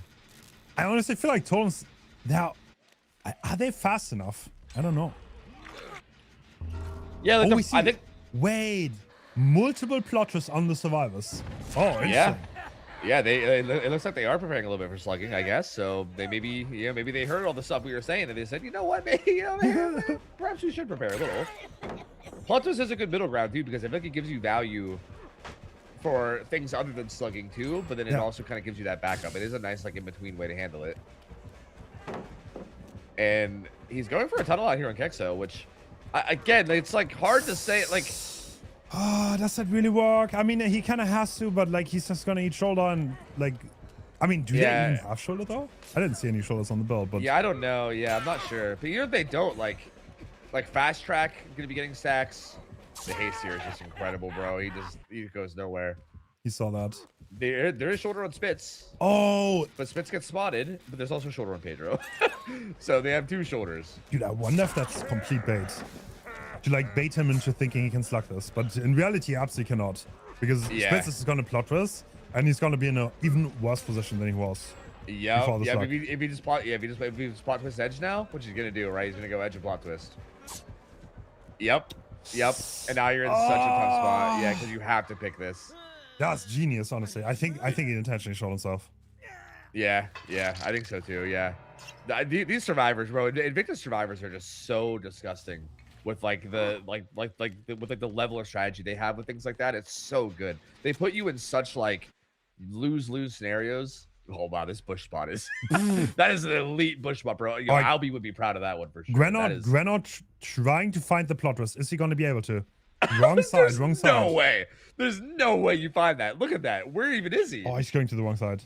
Unless you just see the spacebar prompt. Yeah, no way. He's gonna get the plotters off, and I think that kind of almost seals the deal, right? Yeah. I don't like. He is getting close to third second devour, but I don't think it's gonna. I don't think even that comes fast enough either. I mean, we're down to one gen left already. I just feel like it's too far gone at this point. Dan in some trouble here. Dude. 9 on SB. Oh, they're so nasty with it. Oh my god, that was so gross. Like how you avoid a hit there against Clown with 70% haste and you hindered that's even with SB, like that's so nasty, dude. And now Granite has to leave and try to find somebody else. Did they have mist, by the way? Like this mist is insane. I'm just they might have. I think so. Yeah, I think somebody did. Maybe the survivors did for their plot twist. I don't know. I'm not sure what the thought there. The mist is kind of nuts though. That's actually crazy synergy. I didn't even think about. I do feel like there is like a limited amount of offerings you can run on Survivor before you're like, I mean, let's just throw on whatever, I guess. Yeah. More hits coming through, but again, I feel like we need so much more than this, right? Like we need basically a 4K. We're still sitting at just 2 stages. Spitz has a gen at half already. Yeah. I mean, I don't think you have time to. This would be the third Devour stack though. But I don't think you have time. Like, absolutely not. And they're already walking 2 different gens here. They're not even on the same gen, so... Yeah, there's really no way to stop this. Like, at this point, it's coming and there's not really much you can do about it, right? Whoa! Spitz ping too good. Right? Like, actually, holy, he's got God mode on. Also, I love how Invictus, like... It's so interesting. Like, literally, he doesn't even have Thrill on, and they just said, "Yeah, we're gonna just cleanse nothing. Like, we just don't even care. Like, you have totem perks, whatever. Wow. Like, they just don't care. They literally just don't care. I mean, like, I guess we were talking about people running counter force. I guess the alternative option is just to not give a shit. and just do the gens. Like, I don't know. It's worked out pretty well for him. And once again, Flood was coming in. Then also, wait, no, he didn't heal. Wait, what? Did someone pick him? So I didn't Dan plot twist, and he didn't heal. Yeah, did he? I don't know. Oh yeah, I mean, I'm sure he's gonna SB in now and grab the unhook. This is third second devour, I guess, but like, again, at this point it's too late. They're already leaving. I mean, yeah, I mean, Kexo will die, but I think Pedro getting out's already enough for the win, right? Yeah, that's already enough for the win. So, wow. Damn. All right. So Invictus just 3-0s Umbrella, yeah.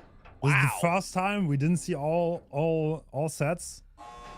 Rip the game match. I would have loved to seen it, but yeah, that's a 3-0. Very decisive though. Like Team Invictus looking mighty strong in this setting. Yeah, I feel like they kind of had their day yesterday to like adapt and figure fucking spot twist. Oh, okay. Well, goodbye, Dan. See you, buddy. Oh my god, dude. I feel like they kind of had their time yesterday to like adjust and kind of figure out what they were doing. And I feel like they've settled. Like I feel like it did not take them very long at all. And I feel like they've settled in now to this like meta and this like style. And they look like they kind of have solved it. I'm not gonna lie to you. Like it seems like it's pretty solved here. I'm very curious to see whoever meets them in the finals if there's anything they can do against this team, especially like from the killer side against their survivors. Like that's probably, I think their survivor side has looked the most like how we thought this was gonna look, right? Like again, going into this tourney, you think no restrictions, the survivors are gonna dominate every game or whatever, you know? Yeah. And it hasn't really been like fully like that, you know, for like a lot of the teams. But I do feel like Invictus is also, by the way, there is 2 thick miss. We're wrong. They burned 2 of them. So that's kind of funny. But yeah, I feel like Invictus is actually doing what we thought the survivor teams are going to do. Like they look completely unstoppable. Like I don't know what the hell you do against them. All right, so that was the first semifinals, but we have another one on the way. We have Sinners versus Team Elysium. Sinners being the South American super team that recently reformed. I feel like they always break up and they come back every few months. That is seemingly normal. And obviously Team Elysium, the new super team with Zaka and Zeno. So it's going to be an interesting one. Yeah, and Elysium, again, like, I feel like they're always a bit of a wild card team. I feel like, I don't know, like Zeno as a player is kind of a wild card player, but like their roster does look pretty like super teamish, right? So you kind of expect big things. Sinners, obviously no joke of a team as well, though. They're very, very good. I feel like either, like this is one of those sets where I feel like if either team like came out here and 3-0'd, I wouldn't even be too surprised. Like either one, like either side could 3-0 the other, and I'd be like, okay, I guess, you know? So I don't know. I think this could go any which way. The map selection is really interesting for this best of 5. Freddy Fazbear's is the first map. That's not something you see super often. So I've actually, okay, that was one of the suggestions from some players, by the way. I didn't want to put this in the map pool initially, but some people suggested this map. I'm like, okay, well, let's put it in. I honestly, I really don't hate Freddy Fazbear's. I think it's kind of okay. I think it's like Greenville, but I think it has less of those like double pallets, which I think is not. I think those double pallets, I think they went a little too overboard with them. I think it's a pretty okay map. I honestly don't hate it. Wow, I'm trying to think of what they're gonna play there. That's such an interesting map. Larry's is the second map, so that opens up a lot of possibilities, right? I mean, reminder, the only other time we saw Larry's was very early on in the tournament, and we saw twins for one of the teams, and that was really, really gross and worked out super well. So that's still a possibility, especially with actually just kidding, it's not a possibility. It looks like that got banned. Twins is banned. So you know, as a matter of fact, maybe they were thinking about that because twins got banned. So never mind. But yeah, Larry's, Groden Storehouse, Wrecker's Yard, and then Dead Sands is another map at the end too, which is, I don't know, hard to say. These are all maps that I feel like are pretty like novel to me in terms of seeing competitive teams play on them. I don't know what really to expect, I guess.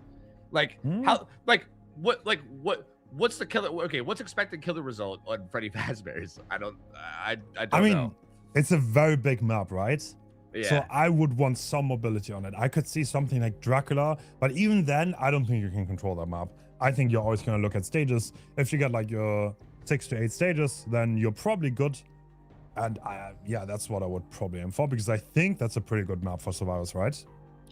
Yep, 100%. Oh man, I just peeked over at Discord and I was just looking at the channel with the 2 teams where the maps are listed. And Zeno posts a list 1 through 5 of the exact killers that they're playing on each map, and then quickly deleted it and went, oops. Oh my god, bro, classic Zeno. I didn't catch Wait, really? He deleted it fast enough that I didn't catch any of it. No, but that's bro. so funny, bro. That's so funny. Oh my god. I did that once. I sent my build in the match channel instead of the team channel. I think that's a mistake. You only do once though. Yeah, he fixed it fast enough that I didn't actually catch like any of it. Like I saw it, like I think the second I processed what it was, he like deleted it because I was literally staring right at it. That's so funny. Oh my god. Oh, classic Zeno. I want I to, am. sleep well like today. Yeah, hopefully well. I feel like I feel like that seems to be a big part of how Elysium does, is like how awake and aware is Xeno in the moment, you know? Great. I mean, now they have Zaka too. It's kind of an interesting team. Like we talked about a little bit. Like they have a lot of people who IGL, and like almost you could almost say so many. Like Pedro used to be the IGL for Calamity for a long time. Xeno used to be is the IGL for Elysium, I guess. Zaka used to do it a little bit on Eternal and fully on Praxis, and now they have a lot of cooks in the kitchen. Yeah, I think that's the big thing. Like again, when I know we talked about this, like I think like off stream at one point, but yeah, I think when I first heard about Zaka going to Elysium, that was the first thing I thought of. Is that feels like, because to me that feel like, okay, I'm not like high level competitive DBD, but I've played other competitive games in the past, and I know that's definitely a big issue that I've seen with a lot of teams, is when you have too many IGLs. Because like really the way it works is when someone makes a call, everyone just has to like do it, right? Like even if people disagree, it's like if everyone starts doing different things, everything just collapses, right? So like whoever is IGLing like needs to be trusted, and like people just need to do it regardless of whether you like actually agree with it or not. Otherwise things fall apart. And again, like from what I understand about Zaka, he seems like the kind of player that can't help but IGL, right? Like he just has that like leadership quality to him where he wants to like, make sure everyone's doing the right thing and like direct people around. But I feel like Xeno again is the same way. I don't know Pedro that well, but I do know that he IGLs a lot as well. So yeah, if they have like 3 different players that are all like that, that feels so difficult to navigate. So I'm curious if we kind of see that. I feel like if we ever see a moment where Elysium maybe feels a bit indecisive, or if they're like, not fully committed to a strategy, that could be something that happens on the back end with their comms that we're not really seeing. But again, like on paper, just as players, like this, it just has in terms of just skill of players, disgustingly good roster though. Like if they are all on the same page, that is a disgusting team. So I mean, we'll see. We'll see if they have it figured out, I guess. Sinner is obviously no joke too. This team is so interesting to me. I love Sinners, man. They're so good. Like they're always playing on ping, obviously, because they're from South America. So like I almost never see them in a good ping matchup unless we happen to have a tournament where we have like multiple South American teams. But even on ping, they just play so well, bro. Like they somehow manage to play their chases so well, even on like 150 ping. And like Jason's so strong on the killer side too. I really, really do love watching this team. So I'm excited, man. This is just like a fun matchup, I think, between these two teams. These are like 2 of the most fun teams, I think, to watch. Well. I don't know if this is I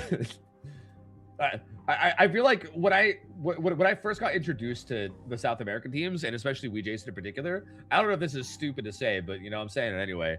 I feel like I immediately saw the way Jason plays, and I was like, oh, he's basically South American Xeno. So I kind of love this, because now we have Xeno versus South American Xeno, which I love. And for the record, I mean, that's just because I knew Xeno first. So, obviously Jason, is unique in his own ways too. But I think it's really interesting. They're both the kind of like players that like cook really hard with things, right? Yeah. Like they don't follow conventional builds and strategies. Like they will do whatever the hell, be super aggressive, right? Like on Survivor, you'll see them play like stupid aggressive sometimes, to the point where you're like, what are you even doing? Like I think they're both extremely fun players, and like they're also respective teams are so fun to watch. And yeah, I don't know. I mean, okay, we're going to be going into this first game. Freddy Fazbear's. It's going to be Xeno on Killer. What do you think he plays here? I think I would... Okay, what are the other picks? My first thought is Blight, to be honest, when I see that map. That's like the first thing that comes to mind, because it's so big. It's very hard to control. I think Blight is probably the only one that can realistically control the map. There is still something like Groaning Storehouse in the pool, which you can also send Blight on. Yeah, hard. So either you go Blight, or I think Dracula. Dracula could also be like, with bad form, you can kind of control the map a little bit. So I think one of those two, probably. Yeah, I do think a lot of those like really strong double pallets are still they're still kind of hellfireable as well. So yeah, I feel like for instance, Blight kind of gets destroyed by those and kind of just has to force kick, whereas Dracula could hellfire them a little bit. I mean, obviously it's not guaranteed, but it's something. Yeah, I think it could go either way. The bans here are interesting because they ban Twins and Huntress. So like both two killers that I don't know if you even really expect to see. I mean, I know on Larry's we saw Twins could be very, very deadly with the South add-on, but Like Huntress is a killer that like I keep seeing them getting banned. I think it's just that teams don't want to play the set, but I don't know if anybody would pick that anyway. You know what I mean? That's such an odd killer that keeps getting banned. That was actually both times against Jason, by the way. I don't know if he's like the GOAT on like Erie Head Huntress or what's going on there, but yeah, people are definitely afraid of facing his Huntress for some reason. Yeah, maybe there's something we don't know. I don't know. To be fair, I mean, Huntress is really good at securing stages. So if you want to get like a very solid like middle ground result, that like I mean, maybe that would be good for it. I don't know, but ain't gonna see it, I guess. So I mean, the thing is though, is that does leave a lot of killers on the board, right? Like even like Spirits there as well. Like I don't think we'll see that this map, but like there's a lot of potential killers to be played, and we are seeing Dracula here. Yeah, so Xeno on the Dracula. All right.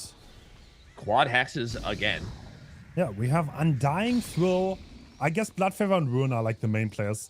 Like everyone had Devour, but it never came into play. So yeah, I do kind of like just not even running Devour because yeah, we've seen no value out of that so far. This is basically just the whole build is just meant to protect Ruin and Blood Favor, and yeah, I mean those perks are both disgusting, right? Blood Favor lets you like insta end chases, and then Ruin regresses gens that like which start getting pressure. I do think this build seems solid. Oh.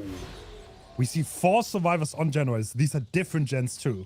So yeah, there's a lot of gen work, and I think they already rotated the map. Xeno kind of predicting the spawns a little bit wrong, seemingly.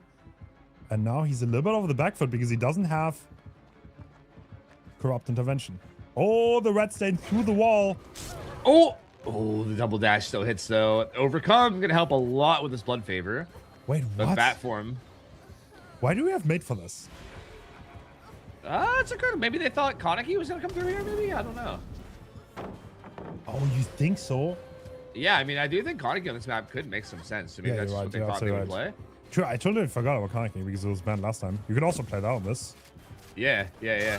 So this might be one of those. I mean, we have seen this a lot where people bring made for this into the Kaneki sets, and we're like, oh my god, like they made such a good call. And yeah, I mean, this might be the first time where maybe the call didn't work out. Yeah, here's another mate for this. So yeah. Maybe they seem to be like maybe they were just really convinced that was gonna be the killer, and now they're like, uh-oh.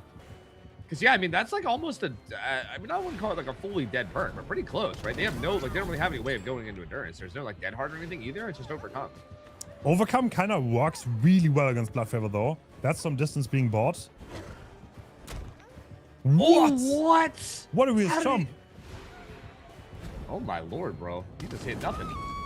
Good Hellfire follow-up, though. They did pick up Jason, though, so, like, this slugging didn't really end up being that beneficial. I mean, I think he might have had to do it because he was under pallet, but, yeah, I mean, they popped 2 gens.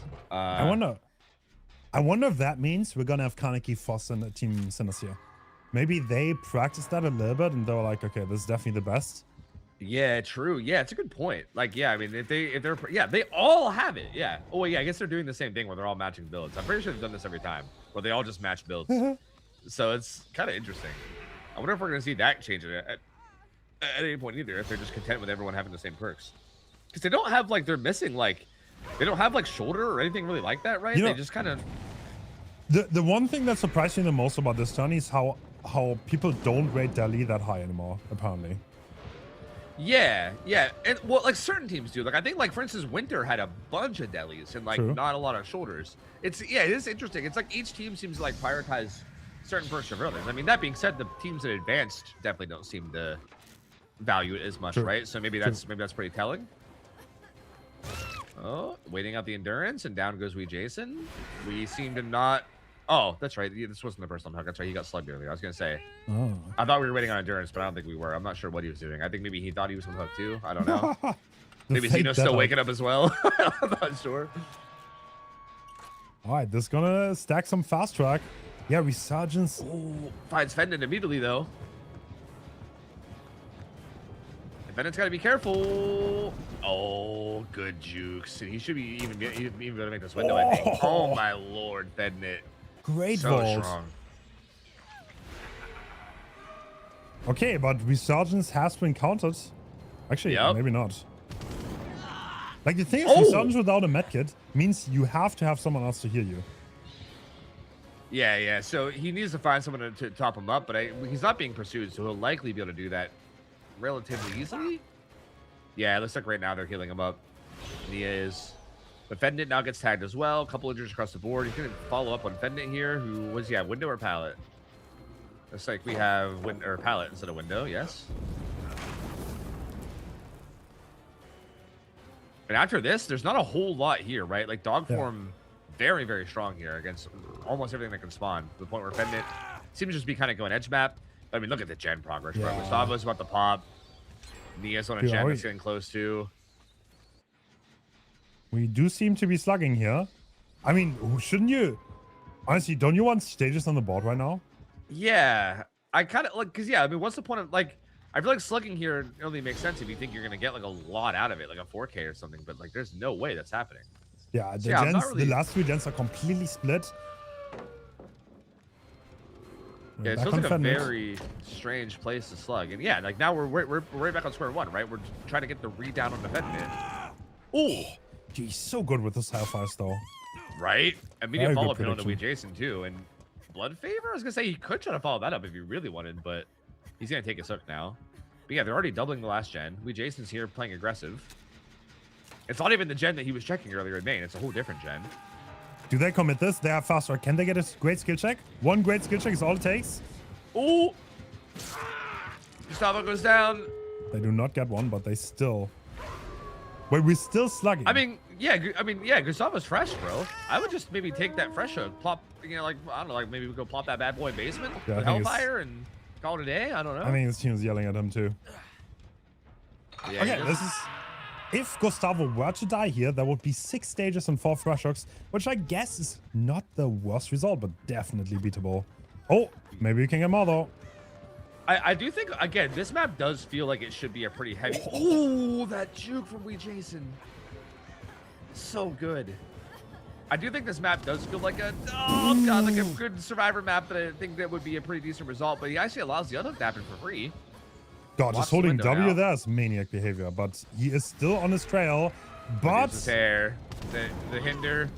He gets the hit on Gustavo, so he... I mean, they're all worth the same stages here. He really could get anybody. Gets Gustavo. Does he try to... I mean, it's Zeno. He's definitely going to try to get more for sure. He might be able to. That's a good challenge him, though. And the heal is coming through, but he still wants Wee Jason here. Or not. Oh, the range just doesn't get him. Fendant doing a good job of threatening this, forcing his hand. Doesn't get that on the window either. I think he has to just take this hook now. He's going to be way too recovered. He can't really risk anything else. Could they? I mean, saving against Dracula's like kind of meme, right? Like you can just Hellfire zone. Yeah, especially considering considering Blood Favor's up too. Like whoever gets hit initially is also probably just cooked immediately. Like I don't think really risk it. So yeah, it's gonna be 6 stages 4 fresh final result. Again, I feel like not bad. I don't think it's like an amazing result. Like I don't think you go into your Striver round like, yeah, we're gonna win this one for sure. Hell yeah, but I don't really feel like you're dooming this one either. Again, Freddy Fazbear's is such a big map, and like the resources here are pretty solid, right? I mean, like all these double pallets, and like I do feel like this feels like the type of map where you could see one of those like 3-4 stage matches, right? Like that doesn't feel too unreasonable. So it'll depend. I mean, again, it will be Wee Jason on Killer, probably, who is a very, very good Killer player, and obviously, like this is cross ping too, so. At least him still have to lock it on Survivor, but I think this one could still go either way. That felt like a very middle ground result in terms of how I think that should go. Yeah, I think, okay, this is probably going to be Ghoul, right? If they think Ghoul, I mean, unless they're just like made for this, but that was like pretty odd choice. Yeah, again, considering they had no endurance in their builds, right? Like if they all had Dead Hard or something, I'd be like, okay, sure. But like they didn't have Dead Hard. They all had Overcome. Like they had nothing to put them into deep wounds other than just like the random unhook endurance, I guess. So yeah, that felt like it had to be Kaneki preparation. Like it had to be, which is interesting. And also for the record, I don't know if I'm crazy. I still feel like Resilience counters Kaneki way harder than made for this. And it also gives you like gen speed. I'm a little surprised to see people running mate. And like I feel like Resi also works if it's not Kaneki, right? Like, I find there's a lot of build choices that kind of confuse me with I don't know a lot of these, to be honest. I don't know if Resi counters him that hard on ping though. That's one thing to consider. That is true. On ping, where maybe you just have to send things a lot. That is true. Yeah, Made for this maybe is actually better there. And I mean, Made for this, for the record, is a good counter. Like I'm not trying to say it's not. It's just I think Resi is like also a good counter that gives other like benefits too. So it's just it feels like the better choice to me, but you know, I don't Yeah, know. I don't know if I like Sinnoh's builds. They feel a little bit random, but I guess they got all the way here, and that result was also not bad. Like, it's gonna depend all on how we Jason can do. He's probably gonna cook up some storm on his build again. I can't wait to see that. Yeah, and also for the record, I'm pretty sure the builds we saw out of Sinners that game was like extremely close to the ones we saw yesterday. Like again, I think yesterday in the nurse set they had the exact same builds, but maybe DS instead of main for this, I think. But like the overcome resurgence and whatever the last perk is that I can't remember. Yeah, fast track. Like I'm pretty sure those three were on all four survivors builds pretty much every game yesterday. So I wonder if that's going to be a thing. Maybe those are just their 3 staple perks, and then they just slap on whatever 4th perk they think they want for that particular match. I guess I don't know. I mean, we'll see. We're gonna have 2 more games of survivors at least for them to see if they kind of keep cooking with that or not. And yeah, we're gonna have Jason on killer, and we'll see what Elysium does too. Elysium, again, it's been a while since we've seen them, right? They were the first matchup yesterday, so I feel like it's just been a while since we've seen their survivors. But bro, this team, like, I think maybe one of my favorite survivors to watch and chase is Yvonne. He is so disgusting, bro. Like, I swear I don't know if I've ever seen a survivor able to like put a team on his back as hard as I've seen Yvonne do with Elysium so many times. Really? Like, he is such a good player, bro. Yeah.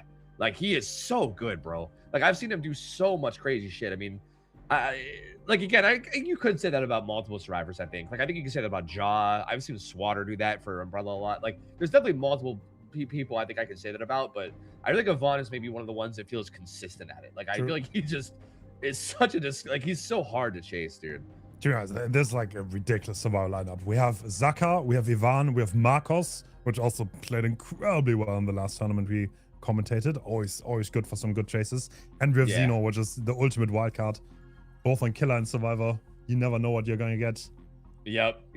Just super fun to watch again. I think Zeno is probably one of my favorite players to watch just in general as like a fan of just watching comp. Like, he is such a wild card, you know? So yeah, like very aggressive a lot of the time.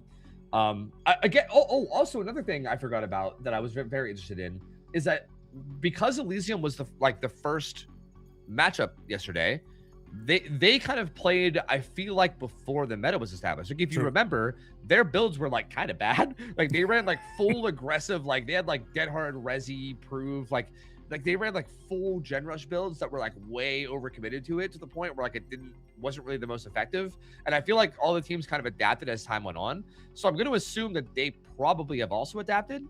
And I'm curious now how they're going to do now that maybe there's a little bit more of an established meta, and they can probably just be like, oh yeah, we see what works. We're going to run what works. And I think this will be our first time seeing them with that adjustment now. All right.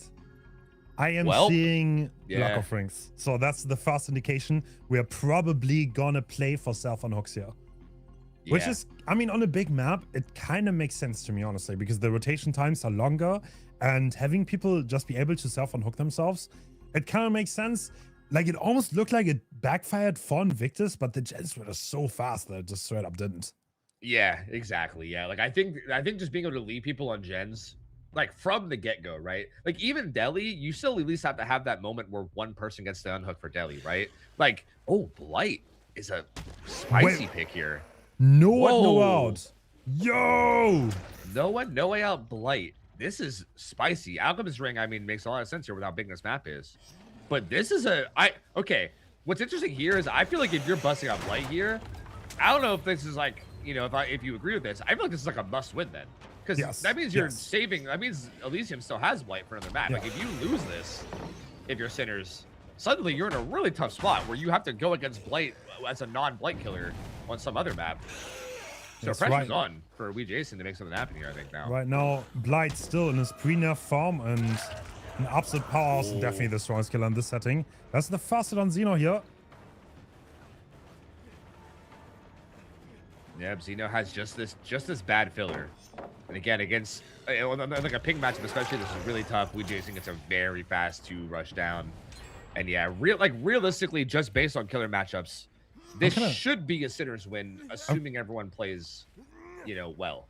I'm kind of curious, what are the survival builds that we see here? We have Dead Hard Resi. All right, cool. That is Dead Hard. Wait. Are we just straight up balling with Dead Hard Resi? Okay. Yeah, I guess so. Wait, no. Xeno has Not- to be different. What Yeah, of is course. this build? Yeah. Counterforce and prove plot Dude, twist. Yeah, that is looking like Chaos Shuffle to me. look, yeah, like, actually, what's the game plan there? I don't. Huh. Interesting. I feel like they were putting together builds, and Xeno was like, "Wait, what about Totems Man?" And then he like put on Counterforce. They're like, "Ah, whatever." Like, it's so. Oh.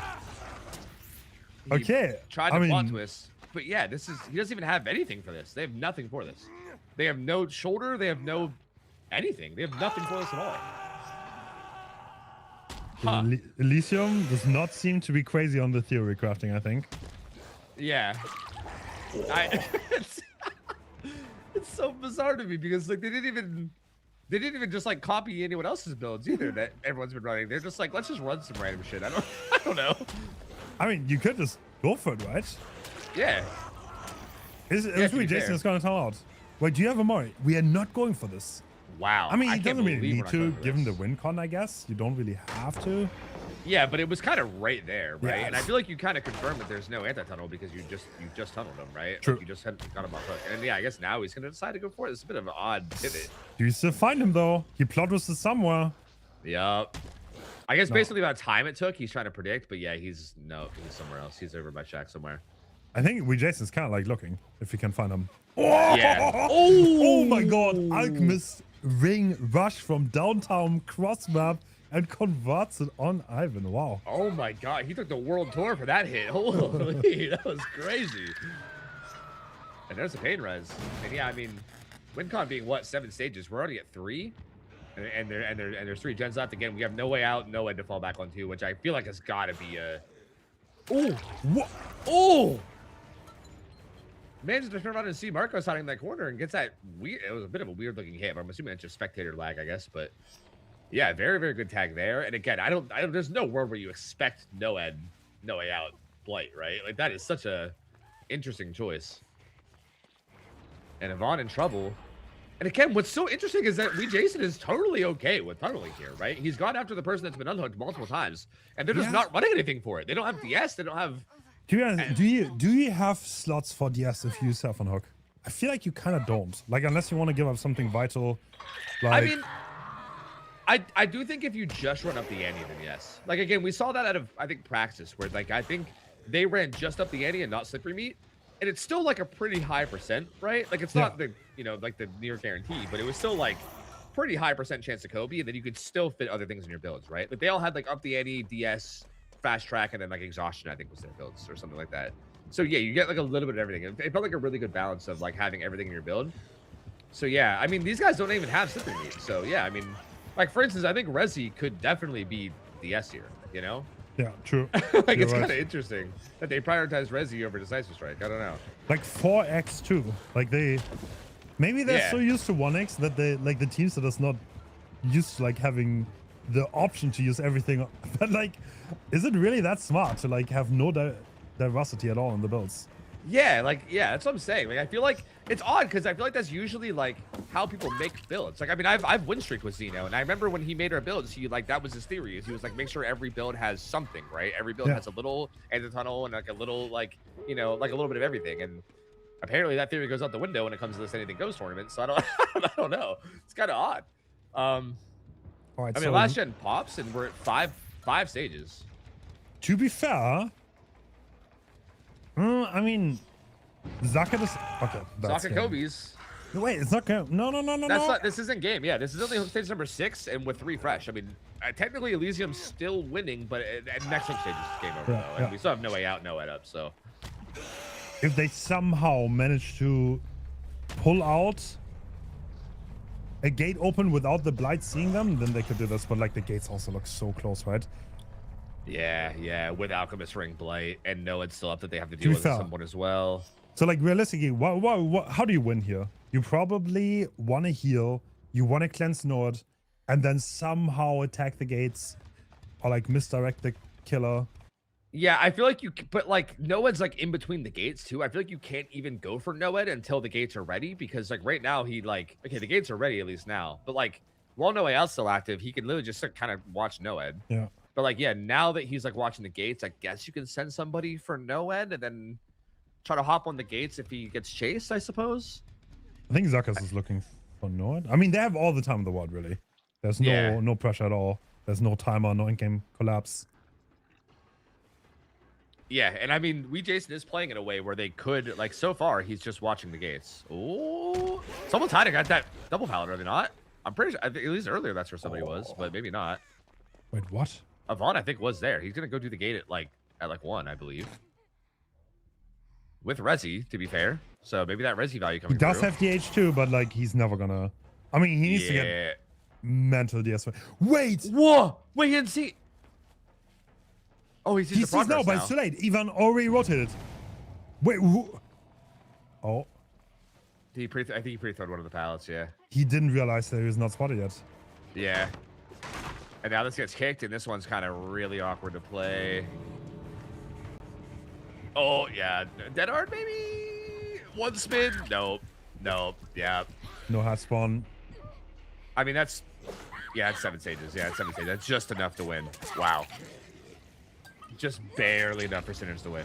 To be fair, again, I think with the killer choices, this should have been Sinners win. Like, I still feel like if Sinners takes Blight here while Elysium takes Dracula and they don't win, then I feel like that's problems. You know what I mean? Like, they kind of needed to win this. So the fact that Elysium almost still won this is actually pretty telling. Like, that's pretty insane. I think they actually did really, really well there. Again, I gotta be honest, I kind of hate their builds still. Like, I can't lie to you. I'm hoping they make some adjustments and get the builds to be a little bit better, but I mean, they're making it work to some extent. I mean, they still had a pretty solid result there, all things considered. Like, if that was the first match of Blight and they got that result, I'd have been like, yeah, like, great showing, you know? I wonder if if you would have played fast, would you have tunneled, you know? Because like the tunnel was so obvious, right? I don't know why we didn't go for that. Like, Yeah, what are we afraid of? I guess like one of the only ways to lose is like either DS into a dead hard, maybe. Or, like, maybe he thought Xeno's kind of like baiting such a play. Because the way he died after the first hook looked kind of baity to me. Yeah, like he went like he like kind of plot twisted in the corner, and he like kind of like played a dumb window that didn't really look like it. You know, like, I know what you mean. It did feel kind of baity, but also, like, I don't know if he had a Mori, but he also could have, like, if he had a Mori, he could have also circumvented DS's or DS as well in that second down. I'm not sure if he did, but that's also an option. So yeah, it did seem like a pretty obvious tunnel to go for, but again, I think it's easier for us to say, considering we're here in the casting booth who can see every perk and every, everything going on. I do think for the players, especially with everything on the table, there's a lot unknown. So, hard to blame him exactly. He still did make it work enough to get the win anyway. So, I guess it's hard to question it too much, but yeah, this kind of puts us. Build was safe. He played it safe. I mean, he just got it done. Even though it got, I mean, was there a world where he could lose there? I mean, a little bit. If Ivan hits a crazy that hard, then he somehow gets hatch. Yeah, maybe it goes like it goes like hatch or something. Yeah, I mean, it was like possible, but yeah, it was closer than you'd expect. Again, for like how different the killers were there. And what map are we going into now? We're going to Larry's. Yeah, very interesting. I mean, there's a lot of, I don't know, what will you bring here, Tofu? Wow. Twins is banned. Does anybody have strong stealth add-ons? I mean, Nurse has a stealth add-on, I guess. I'm trying to think of who has like undetectable in this map, because I think anybody that can go undetectable here is usually going to be really strong. Is there any other like S tiers that have things that have, or like strong killers that have undetectable? Is there a world where you do like some kind of weird like undetectable Billy or something? I don't know. Damn. Like that would be wild. Yeah, I feel like would go crazy. But I'm not sure. Yeah, I actually really don't know what you run here. I'm really not sure. Maybe Nurse. Like we did see that at Angels in the very very first set. I mean, the map is small. It kind of makes sense, and yeah, that looks like that's Nurse, what we got. Oh, are we copying Nightlight here? This is a great copy, I have to say. Like, this is the right person to copy, I think. We have Darkness revealed, and we see absolutely nothing. Yeah. It's not Midwich. That's unfortunate, but we also have nowhere to hide and Unforeseen. Yeah, I was going to say, I do think this map is definitely way less good for Darkness revealed. I do think maybe you could have replaced that with like Ultimate Weapon instead, but no. But Jason always manages to just find people, bro. I don't know. Like he did this against Winter on getting Meat Plant. Like I feel like his game sense is just incredible. Takes a little bit of an early swing there against Zeno and doesn't get away with it. We also, the add-ons are interesting. He has like is that even the stealth add-on? No, he doesn't even have it. Right? You're right. What I guess it's blink back. I think it's blink back and longer lunge. Like the blue one's definitely longer lunge. All right, that 0.1% progress is gonna give him the opportunity to use nowhere to hide. He's not seeing anyone though. And obviously Xeno's gonna call this out now because he kicked the Gendos. Had 0 progress, so yeah, not a surprise to the survivors anymore. Yeah, I wonder if they're gonna be ready for unforeseen though. Is the big because Xeno can't actually see him, right? You might have like the Terrius on him, but you can't actually see the nurse. So it might be like he's camping, maybe. I mean, I guess they don't see the anti-camp bars, so maybe they can put it together. I don't know. And there's the Kobe with the up the Eddie builds. So up the Eddie getting good value thus far. Already one self unhook without need of anything else. Wow. Great distance being held though by the survivors here, even though there's undetectable in play. But obviously Larry's undetectable sets very normal in comp, and they always like watch out on safe spots and try to spot the killer if they're undetectable. Yep. Seeing some scratch marks over on this side. Is gonna try to follow this up. Is he gonna go for like a blink back? Yeah, blink back and fatigue. 2 gens done. Oh, good distance here. I think from, I would assume Xeno, unless someone else rotated down here. No, yep, Xeno. Blink back maybe? No, I seem like a good opportunity to blink back there as well, but doesn't take it. Xeno once again with the Chaos Shuffle build. Yeah. Same. Is this the same build? Oh, he did get proved last time, I think, right? Instead of something. But down he goes. Yeah, again, the builds are so weird. Like, I think having counter force on somebody is, you know, sure, it makes sense. But you know what? Like, no restrictions. He could run anything in the game, and that's what we see. Right? Yeah, that's so weird. Like it's like you imagine you see like Reddit posts of killer mains complaining about perks, and you see Xeno's build. Like this is what top players run with no restrictions apparently. Like what? Oh, this 4-gen down here is kind of nasty though. Like they've done all topside gens while Xeno was hooked bottom, and now this bottom side 4-gen is kind of like the last thing they have to deal with. And again, like no shoulder, no like. Yeah, they don't have shoulder in the builds. I don't know. I feel like. Dude, I don't think Elysian was cooking on builds. I'll be so real. Yeah, like right, like, and but the weird thing is that I mean, like we'll see. Okay, like he did have 15 seconds of endurance, so I'm sure he's gonna get out now. But like, if Xeno were to die, like if he was to get found and killed at some point here, and you have a 3v1 with this nasty 4-gen bottom, I think they just lose. Like I feel like Jason could in theory play this in like a very traditional way of just getting a tunnel out and then holding gens, and it's kind of tough. I mean, yeah, they have fast track, and you know, like these gens are gonna pop a little faster than usual, but. Oh, hello. Almost get the opportunity to grab that. Yeah, I think he blocked him too. I think Marcos literally couldn't move because I think he was body blocked in, which is kind of funny. Oh, max rage blink onto Yvonne, and down he goes. And again, they don't. This is another survivor that just got off hook, and they just don't like the amount of DS value they would have gotten in all these games. Like it was the same 2 survivors too last game. I think it was Xeno and Yvonne last game that both could have got a DS off if they had it, but they're just not running them. It's very interesting. I mean, they are doing gens fast.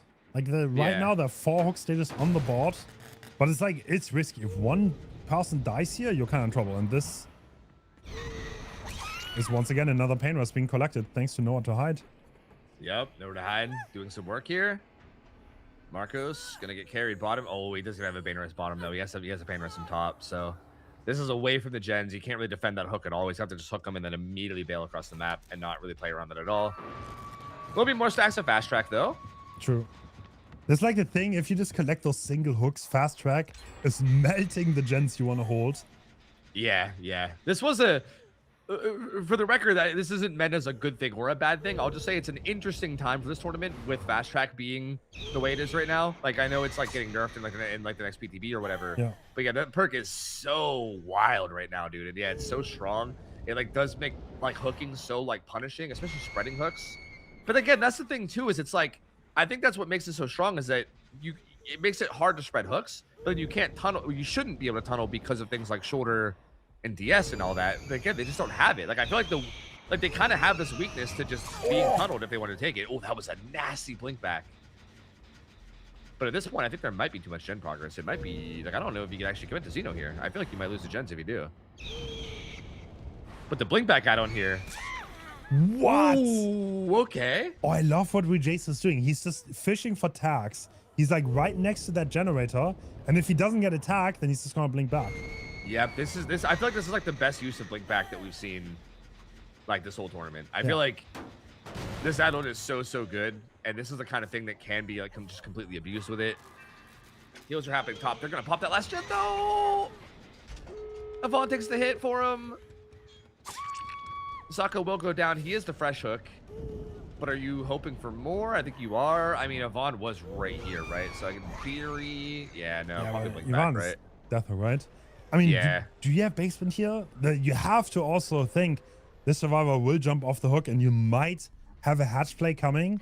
So this is not very guaranteed 3 stages, even though Zaka's a fresh hook. True, that is a good point with all the Kobe builds. Yeah, basement was in library, but I think it might be a little too far to make it from where he is. So yeah, he's got to just hook him here and hope for the best, I guess. There is a gate semi-close, too. Well, no, actually, it's a bit farther than I thought. I thought it was, like, further towards this hook, but it was actually much farther up the map. Like, I think he's just going to camp his hook, and if he Kobe... Oh, he did Kobe. Yeah, he hit him off hook immediately after the Kobe, so... Yeah, I think you just want to get rid of that 15 seconds of endurance immediately. And, oh, my lord, Jason, you're in a net, buddy. Whoa, buddy. Yo. Zaka gonna try to keep his distance here. Pallet gets thrown. Ooh, that was interesting use of like body blocks there. Like they were trying to like take up the spaces where he could blink between that and the pallet. That was actually really cheeky.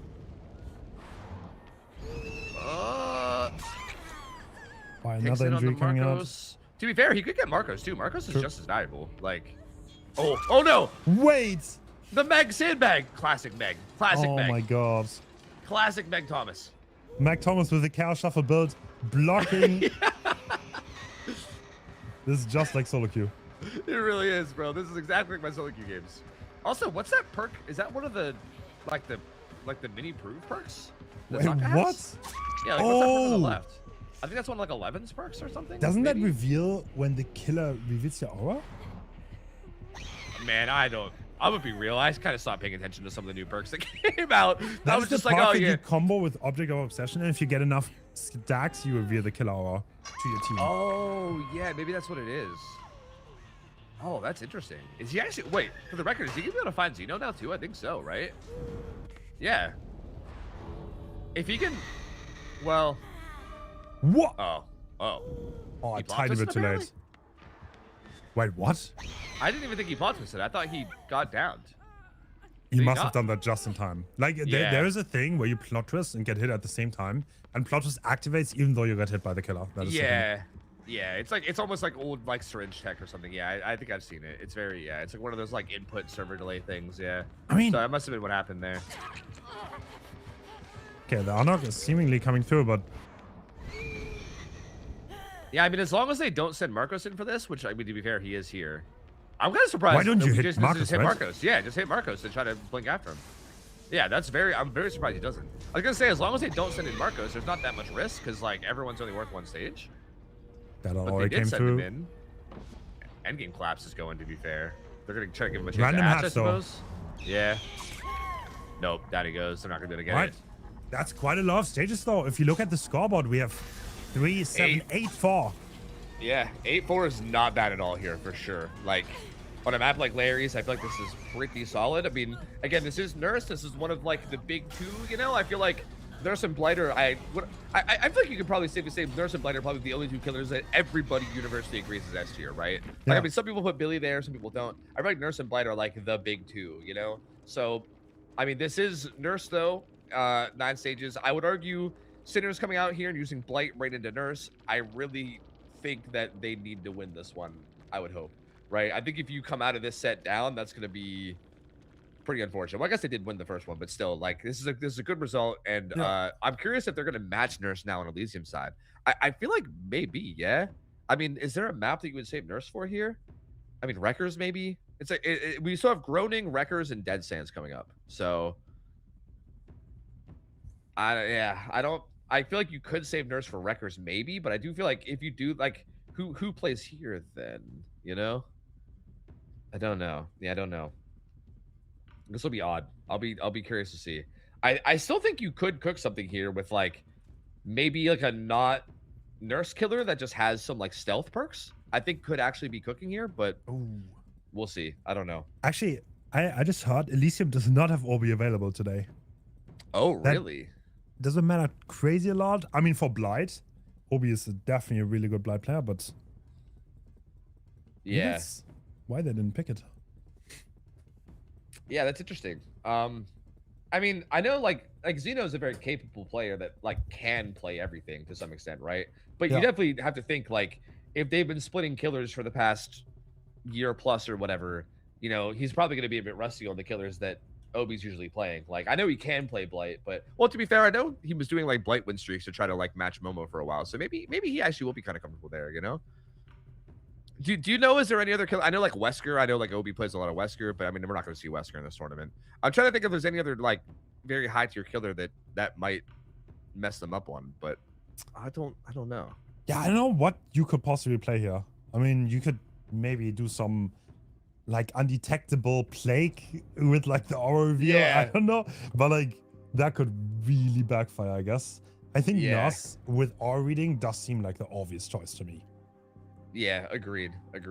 I still think, like, also for the record, I still think Angels cooked the hardest on Nurse. I still, like, I've not seen anyone match those add-ons he ran, but I think that was such a strong combo, dude. Like, I would love to see something like that again. Like, no one's really utilized the double blink, like the Campbell's Last Breath add-on. No one's really utilized that since. And I think that add-on is so good, dude. Like, it's so strong. It is kind of hard to run, though. Like, you need some practice games with that. Otherwise, you're probably gonna like blink into Nirvana when you don't mean to. yeah, that is true. Yeah. So I guess that's probably maybe for like the nurse specialists out there. So yeah, I don't know. I think Xeno's definitely the type to not play a lot of killer pubs. Well, maybe. I mean, he does stream a bit, so I don't know how much he's really used like any of those kind of funky add-ons to the point where I'm not sure how comfortable he would be. He'd probably rather just go with something he's used often. But yeah, I mean, obviously the stealth add-on makes sense because it's indoors. Yeah, I don't know, man. I feel like 8 hooks was definitely not a bad result at all for we Jason. I think this might be a bit tough here. Like, this definitely could be a set that they can take. And if they do take this set for the record, then they're up 2-0, no? Like, that would be a pretty crazy way to start this, to be honest. Again, Elysium kind of looks like a super team right now in terms of like their roster, right? Like, you'd expect them to be like probably like tournament winning team, right? Like definitely like right up there with Invictus. I mean, not to say Sinners isn't that good too. I mean, Sinners is also insane, but definitely you definitely would expect it to not be like a 2-0, 3-0 type of a thing. You definitely expect it to be a bit of a back and forth here. So I think Elysium has a crazy good record against Sinners, by the way, too. So they almost like, it's a little bit odd how that works. Sinners has a pretty good matchup against Invictus, but they have a bad matchup against Elysium. Don't ask me why that's the case. Yeah. Like, there's some certain matchups where one team almost always wins, and as far as I'm aware, Sinners almost always loses to Elysium. Yeah, it's like that weird like rock paper scissors thing that happens in comp a lot. It is odd. Like, some teams just seem to like have strengths that hurt some other teams in some way. It is very interesting. Yeah. So maybe that's pretty unfortunate for them in this matchup if Elysium is kind of their kryptonite. But that being said, I mean, they are up 1-0 right now, and if they could go up 2-0 here, then honestly, I think they're a pretty good spot. They can definitely take this, depending on how they adjust to the map. Yep, absolutely. I feel like this absolutely could happen. I mean, especially with all the builds we have, if they just have like some pretty good chases, last a while, to attack the gens in the right way. Oh, we do see, I think this is the same add-ons that Angels had. It's 3 blinks. Let's see if it's the, no, I think it might be blink back and 3 blinks. I can't tell what or stealth. All the purple add-ons look the same. I'm not sure. It's definitely the 3 blink add-on though. I like this build, I think. I like this build quite a lot. We do have Deadman Switch to maybe help in that 1 gen scenarios. This could be a grab. Oh! This is actually a grab. Oh no, this is such a bad start. Undetectable. Oh. Wow, there's even with, but shouldn't there have at least been like a loose terror radius with it being on the main gen? That just felt really ballsy from Fetnit, no? Honestly, I think that loose terror radius probably gave him some safety. Because he heard that terror radius from Unforeseen and didn't come any closer. Yeah, that's interesting though. I still feel like that was a very bold gen hold. I feel like with the nurse being that close ever, it feels like maybe pre-leaving is the play, but yeah. He wants to ult. They all have Lucky Break. I think this is that same thing where they're all matching builds. Is it the same build, but they changed out that 1 perk for Lucky Break? It is. Yeah, they have the big 3 again. It's always Overcome, Resurgence, and Fast Track, but then that last perk. This time they went with Lucky Break, which again, I guess on Larry's does make sense. I mean, that seems to be Cinder strategies. You run those 3 perks and fill in the 4th, depending on what you think you're going against, you know? That's kind of interesting. I mean, I kind of like it. This is the only team that like hardcore believes in Resurgence, I think. Nobody else ran it as much. I do think you could kind of adapt to this, like if you wanted to as killer. Like, I think it would be kind of insane to run this in any other context, but you could run something like Gift of Pain or something. I don't know, to like hard counter that if you wanted. But True. okay, kick coming through. This is nowhere to hide, and yep, definitely gonna be a hit here on Nia. Quick one blinker. Already has 2 blinks. I mean, doesn't even need to wait for like the second. But if you want the third, you gotta wait. Ooh. Is it not blink back? Whoa, it is blink back. Oh. Oh, all right. Okay. It is generous after all. That was like a 5 blink hit, no? Technically, if you count the blink back. So yeah, like it's I guess 5 blink nurses back, baby. Let's go. Kind of crazy. I mean, that's a great start, but I think Sinners is definitely undergeneralized here, but they don't have the luxury of being able to unhook themselves. So they will have to rotate around.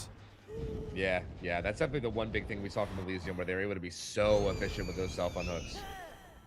And we're not going to see that here. They actually do up.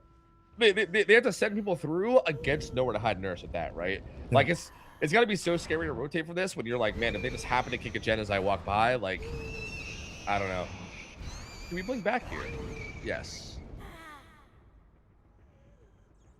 Unhook comes through. But Xeno seems to just want to stay topside with all this gen progress. Yeah, there are 3 gens here. That just mighty high, though. Oh, saw some scratch marks, but they're pretty far gone. I think this will be an opportunity to put down Unforeseen.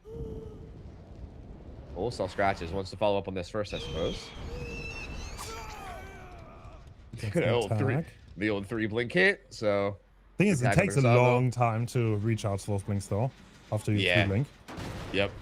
I think the add-on gives you longer recharge as well, right? As like a downside. Yeah. So yeah, it's like even longer than 3 blinks would normally take. But still, the follow-up here. Yep. The follow-up here is so gross. Like, not much Gustavo can do. And especially with like a good nurse with 3 blinks is never gonna not hit you, right? Especially if they have your aura, like you're 100% done. There's no juking that at all. Yeah, it's so crazy. Gustavo hooked again. That's the 3rd fresh. I mean, not bad. This still could develop any which way. I don't think anyone is still winning really hard right now. Like, Xeno's doing good, but I mean, fast track stacks are building. They do have a good bit of gen progress topside. That was a really good hit on the BJ, and we might get our 4th fresh here soon. Yeah, honestly, Xeno's securing those hooks, and there's still 4 gens left. You can definitely tell that Sinners had to rotate for those unhooks. Yep, and Fendit kind of stuck edge. It's got to eat a hit. I think Xeno probably wants to make this a 1 blink hit, ideally, so that way you can follow up much quicker. Ends up being a 2 blinker. But I mean, I kind of respect the strat from Fendit, right? You like go edge map, and then you let yourself get hit with overcome, and you just overcome into the map, right? And then you kind of put the killer into like the deepest spot possible. But again, 3 blinks, and he gets the stun, Fendit, with the map too, stun to edge map. Clean from Fendit. No way! Oh, one blink from Xeno. Blink. He only had 1 blink. He had to hit that. Oh my god, that's a crazy. That's only Xeno would go for that, and it actually works. Yeah, that's some confidence right there. That is crazy. Wow. And down goes Fendit again. That's gonna be a 2nd hook, but only 2 gens left. I feel like the progress is looking good for Sinners, honestly. Like, again, if you look at all the fast track stacks they have, they're able to put in these gens too. There's only 3 gens down here on bottom side. Like one of the gens is still way up there. If they can pop one of these, if they can pop one of these bottom side 3 gens without losing too many more stages, they're gonna be in a pretty okay spot. Oh, and Xeno whiffs that. No, that's so huge. Every time this happens, it's so important right now because this is so close. Yeah. Like the progress of both sides is so close right now. Instant heal on Fendit after the hook with Resurgence. I feel like we Jason had a little bit more stages at this point. So Xeno definitely has to get something going here. Yep. Look at that 3 blink hit. Even this though, like even taking all 3 blinks to hit is still kind of a big deal in and of itself, right? Yeah. Like ideally you would like to get like 2 blinks. That way your recharge is a little bit faster. Like it's just kind of slow. And like again, look at all the gen progress.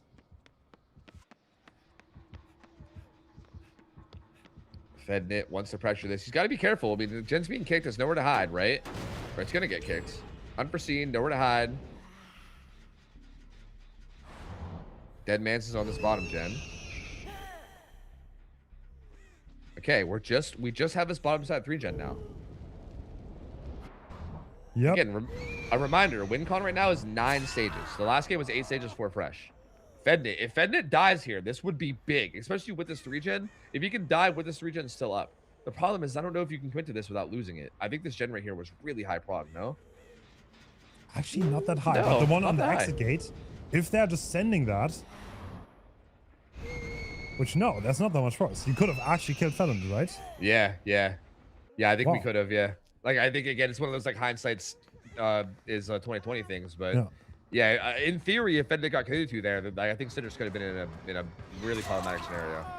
But even still, right now, everyone's injured now, right? Like, Gustavo was a little bit of lucky break. Maybe he can escape that. And it looks like he's not getting chased anyway. But everybody injured now. I think they were resetting. I think they were just hiding it. So, yeah. Zeno, I think, thought they were being aggressive because of the lack of heals. So that was a really good way of hiding the resets. That's why hiding the resets is so valuable. You kind of throw off their game in terms of, like, what they think you're doing. And now they get on this gen to double it. Wow, damn. I mean, looks like, wow, is Zeno just not holding the gens at all? Interesting. Yeah, he's way committed topside right now. He might think that they're playing passive and going for resets, but they are actively doing the gens right now. Yeah, this was a big gamble from him, I think, that's not paying off in his favor, because that gen is probably going to pop by the time he gets there. Hello, guys. Like, even this, I don't think they're worried about this, because I think we, Jason, and Fendit are popping that other gen. Like, I think they're totally okay with being aggressive at this point with how much gen progress they have. Yeah, that gen is probably going to pop. Yeah. They gotta be careful to get grabbed, though. I mean, we Jason's the important target here, right? Worth a lot of stages. Whoa! What in the built-in enduring tier 5 is that? What the? We Jason does get tagged, though. Again, how many stages? You need more than this, though, right? Even if we Jason dies, that's not enough. That's 7 stages, no? Yeah, we need 9. That almost seems unattainable at this point, though. Yeah, yeah. I feel like Sinners pretty much has this unless something goes really, really south here. But yeah, if they get Wee Jason out, I think it's definitely over 100%. And Fednit goes down, but he's worth the least amount of stages. He's not super important. The other gate is so far away. Are they even on it? Is that gate open? Oh, I don't think they were even on it. They're just now getting on it. What? Oh! That's such a random find. And we have Gustavo on the gate. Oh! Yeah, oh, wait a minute. Wait a minute. There's no way! Does he go for the 4-man slug now? I don't know. He's gonna go pick up, like, okay, Fennet's gonna get picked up across the map. Need to do some advanced math here, but yeah, this is still not enough. Fennet's gonna be really aggressive in the gate now too, which is really, really smart. Because, yeah, you can't really just let him open this. In theory, if we Jason and Fendit were to get out, it would still be a win because you're missing a fresh hook. So, yeah, you can't really let him open or else it's going to be big problems. I mean, if we Jason gets out with his current hook stages and anyone else gets out with him in any way, then it's a win. Yeah. And Nia's going to get back on this gate. Wait, we're actually hooking. Yeah, I guess we want to get the kill on Fendit, but I think he was hoping to do that. Wait, this we Jason. What? Oh, no, it's Gustavo. We Jason's also here, though. Yeah, we Jason did run into the map somewhere. He's gone back now. No, he ran back already. They got it. Yeah, they got it. Yeah, Gustavo dying here does not matter. If we Jason and Nia get out, then it's over. And I believe they're both at the gate, so there they go. Wow, Sinners up 2-0 against Elysium. Wow, what a start for them. Elysium in trouble, man. Has to reverse sweep now to not get knocked out of this tournament. Damn. Interesting spot to be in, man. I mean, to be fair, they do still have Blight for the record. Like, that was like a power play pick from Sinners early on. I mean, like, this was a nurse mirror. So like you can't really make any excuses for this one. This one was just Sinners winning fair and square for sure. But I do feel like there is still an advantage set of Blight at some point. I mean, I don't know if they want to bust it out. If they want to bust it out next set, or if they're going to save that.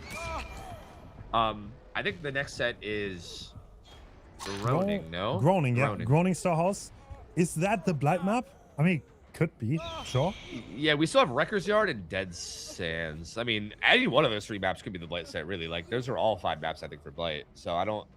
Yeah, hard to say. I guess I don't know where they saved the Blight for. I mean, in theory, like you know, you can save it for whatever, because at the end of the day, you have to win all 3 of these sets anyway if you're Elysium, right? So Yeah. I don't know really how much they want to like use it early or just use whatever they think they can get the best win on. But either way, Sinners looking good, man, looking clean, up 2-0 now. Just Such good play for them, man. Billy also being open. You could. Yeah. I mean, you could bring Billy here too. I mean, like all the mobility killers are still open for Elysium. They didn't bring Kaneki, they didn't bring Billy, and they didn't bring Blight. Yeah, yeah. Who did? Yeah, they played Dracula, right? So Dracula's down, and so is Nurse. Yeah, I mean, I feel like Spirit's still on the table. They might use that on Wreckers, perhaps. Like that's probably a good Wreckers yard killer, or maybe Dead Sands. I think is less good because it's sand, but yeah, like that's probably a Wreckers killer. Kaneki still on the table. Kaneki could be on Groaning. Like I think Groaning is a pretty big map, so I think a high mobility killer like Kaneki, this could be the place for that. As a matter of fact, I feel like Kaneki is probably what I would expect to see out of Sinners on this map. I think considering they've already used Blight, I think I would expect that to be their choice here, probably. Unless they bust out Billy. Yeah, I don't know. Because yeah, like where do you use Billy? Huh. Also Billy Crossping, right? Yeah. Very, very deadly combination because it's harder to dodge the chainsaw. On ping makes him arguably a lot stronger and harder to counter. True, and I do know that both we, Jason, and Zeno are both very good Billy players. So like I imagine they're probably wanting to pick that set at some point, right? Like this might be the time for it, I would assume, right? Like it's got to be Groaning or Dead Sands, you'd think. It's got to be one of the two. I don't think it would be Wreckers. Like Wreckers seems like a pretty bad map for Billy, but yeah, so this definitely might be the one for it. If not, it's got to be that or Kaneki, you'd think, right? Or I guess Blight. I don't know. Yeah, I really don't know. Whose killer do we have first? We have Zeno on killer first, right? So yeah, it's gonna be Elysium's killer. And this is important because again, they need to reverse sweep this. So Zeno definitely needs a big result here. Like the pressure's kind of on him now. Where if he doesn't do something big here on killer and doesn't set his survivors up in a good spot, it's gonna be tough. And I guess vice versa, if you're Sinner survivors, this might be your chance just to put it away, right? Like, bro, it's gonna be imagine if both the sets today are 3-0s. That'd be crazy. Oh my god, that would be a huge upset. Yeah. Yeah, right. We've barely been live for like not even 3 hours, bro. That'd be crazy. Oh my lord. Denying us the content, cannot believe it. Yeah, but I mean, I think there's gonna be plenty in the grand finals, so I'm so excited for that too. I mean, dude, Invictus looks so good. I think whatever team is gonna move on to play against them is gonna be in for quite a series because that's Which also, for the record, is the finals a best of 5 or best of 7? 7. That's exciting. 7. Yeah, it's gonna be good. I mean, yeah, I think Invictus looks like the one that have it figured out the most, in my opinion, at least. Yeah, agreed. Yeah, I agree. I feel like Sinners does look really good too.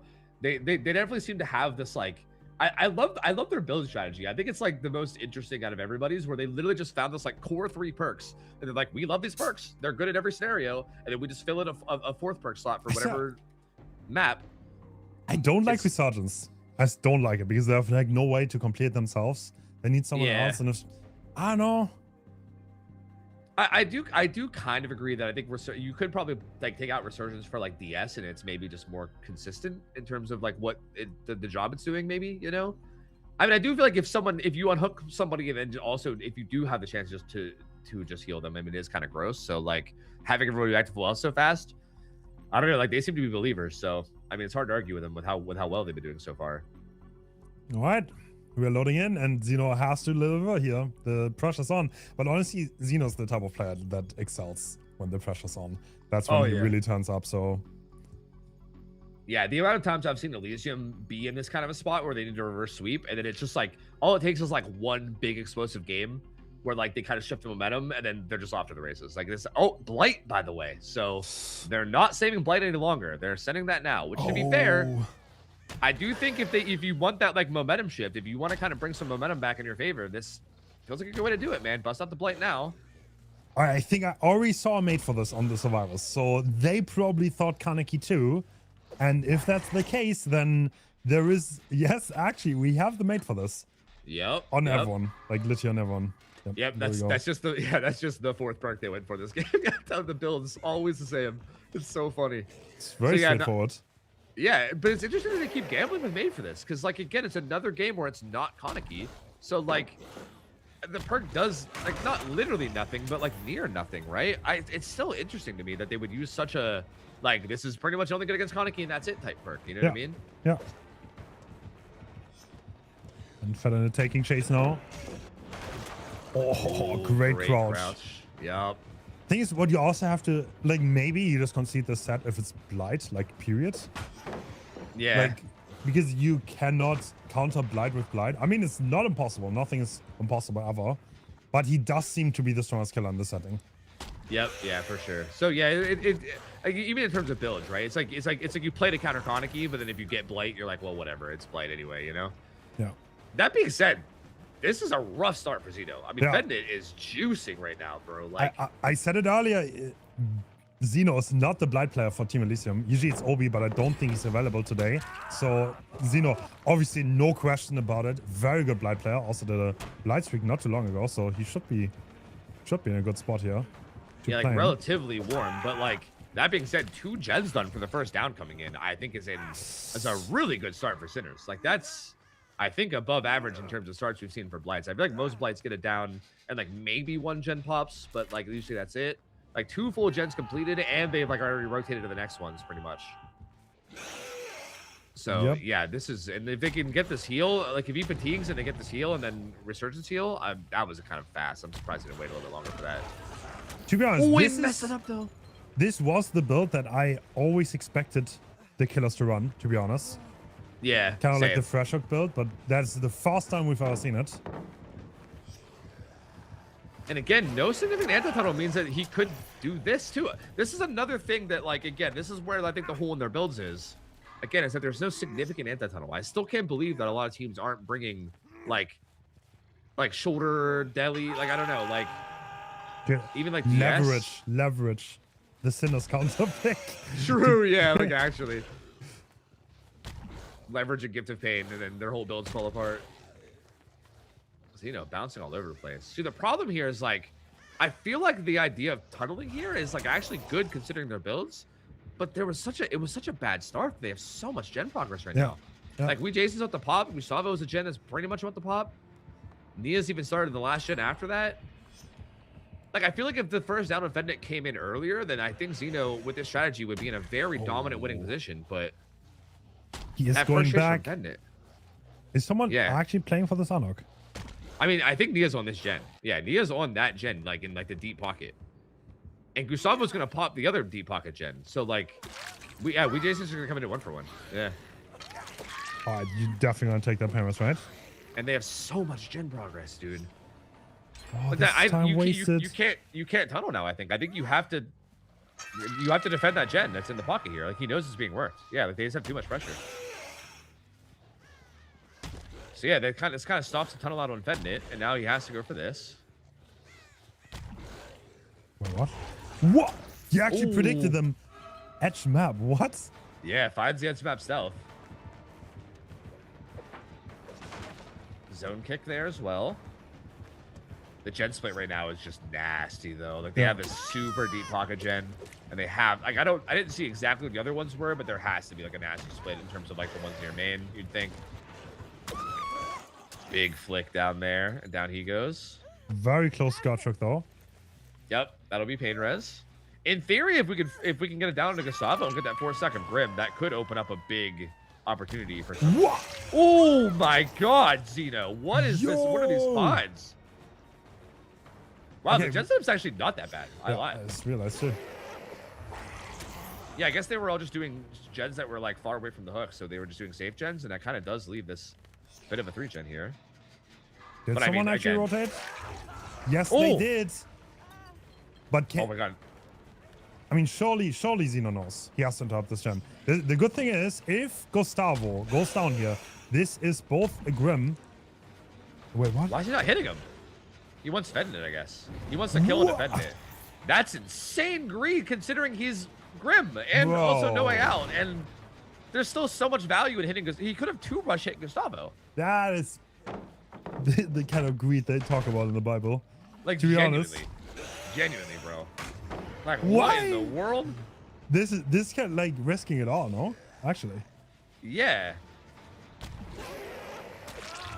I mean, now he gets into rushing on Gustavo, but he kind of gave them time to unhook, and they're going to be pressuring that gen in the pocket now. The other gen is going to be doubled with fast track probably, because we have so many stages on the board.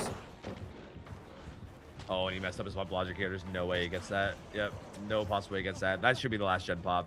Man, that felt like such a fumble. I feel like if he just 2 hits Gustavo there, like if he 2-rush hits Gustavo and then follows that up. I mean, maybe Shack Pallet's still up, so maybe he just knew that he couldn't get the follow-up fast enough. I don't know. But yeah, I mean, he gets it now. But yeah, I mean, Grim and Pain Res do nothing now. So this is basically just for the fresh hook. They did not. Yeah, they did touch it all. Okay, no out has already been triggered. No false stack.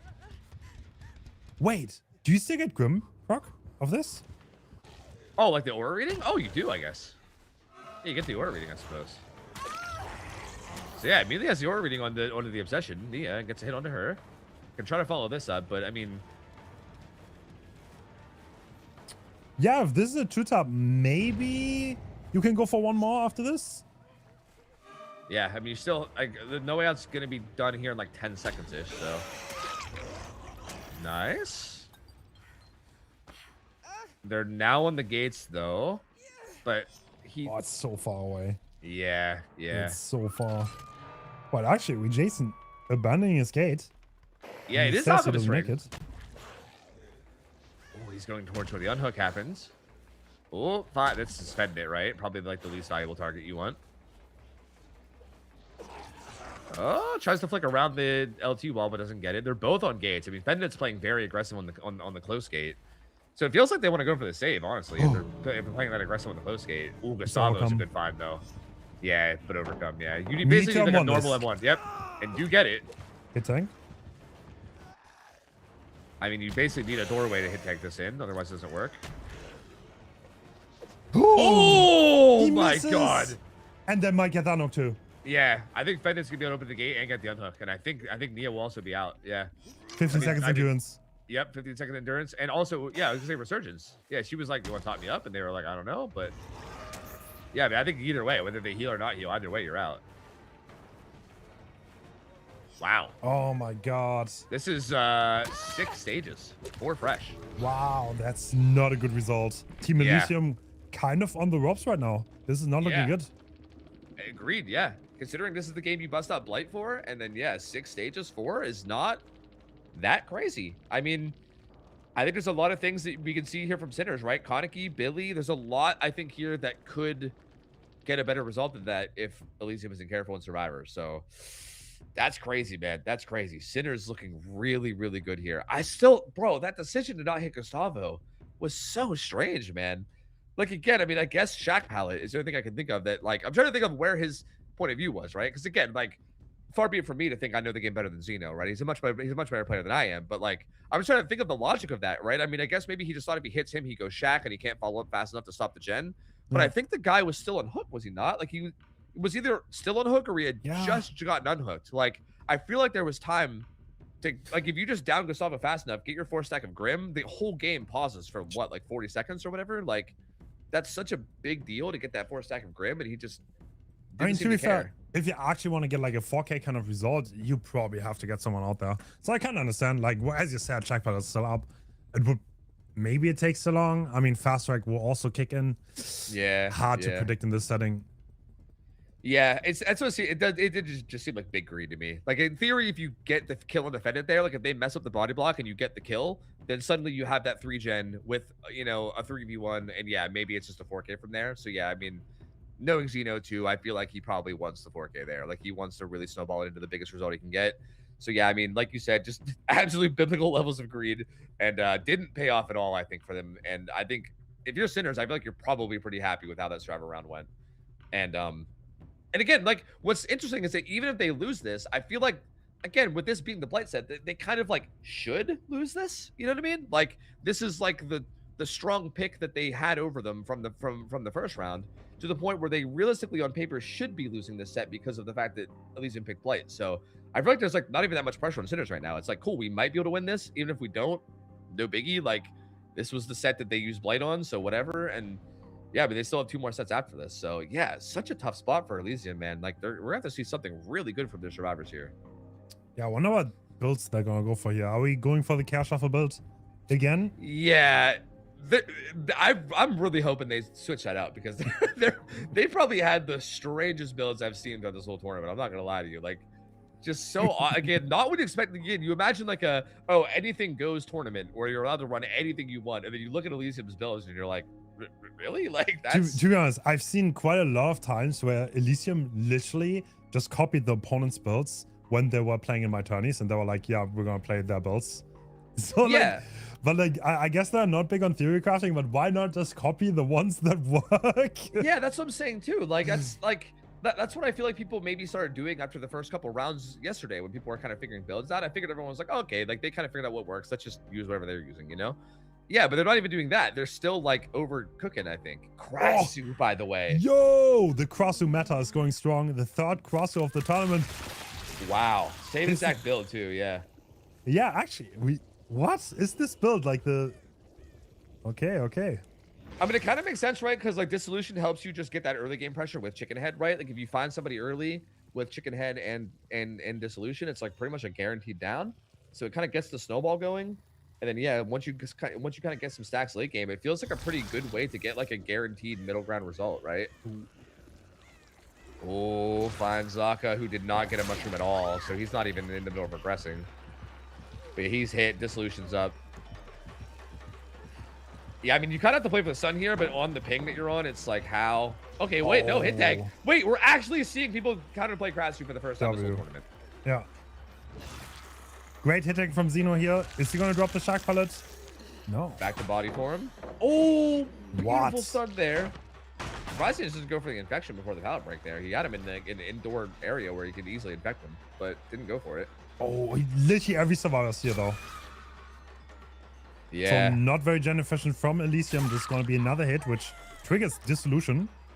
Yep, I do think delaying that down is definitely worth it though, right? Like stopping this like early chicken head aggression is very, very important. Zaka with a good stun. Is somebody here? Xeno probably gonna show up any second now. Yep, there he is. Back to body. They are kind of zoned here though, so it's a little rough.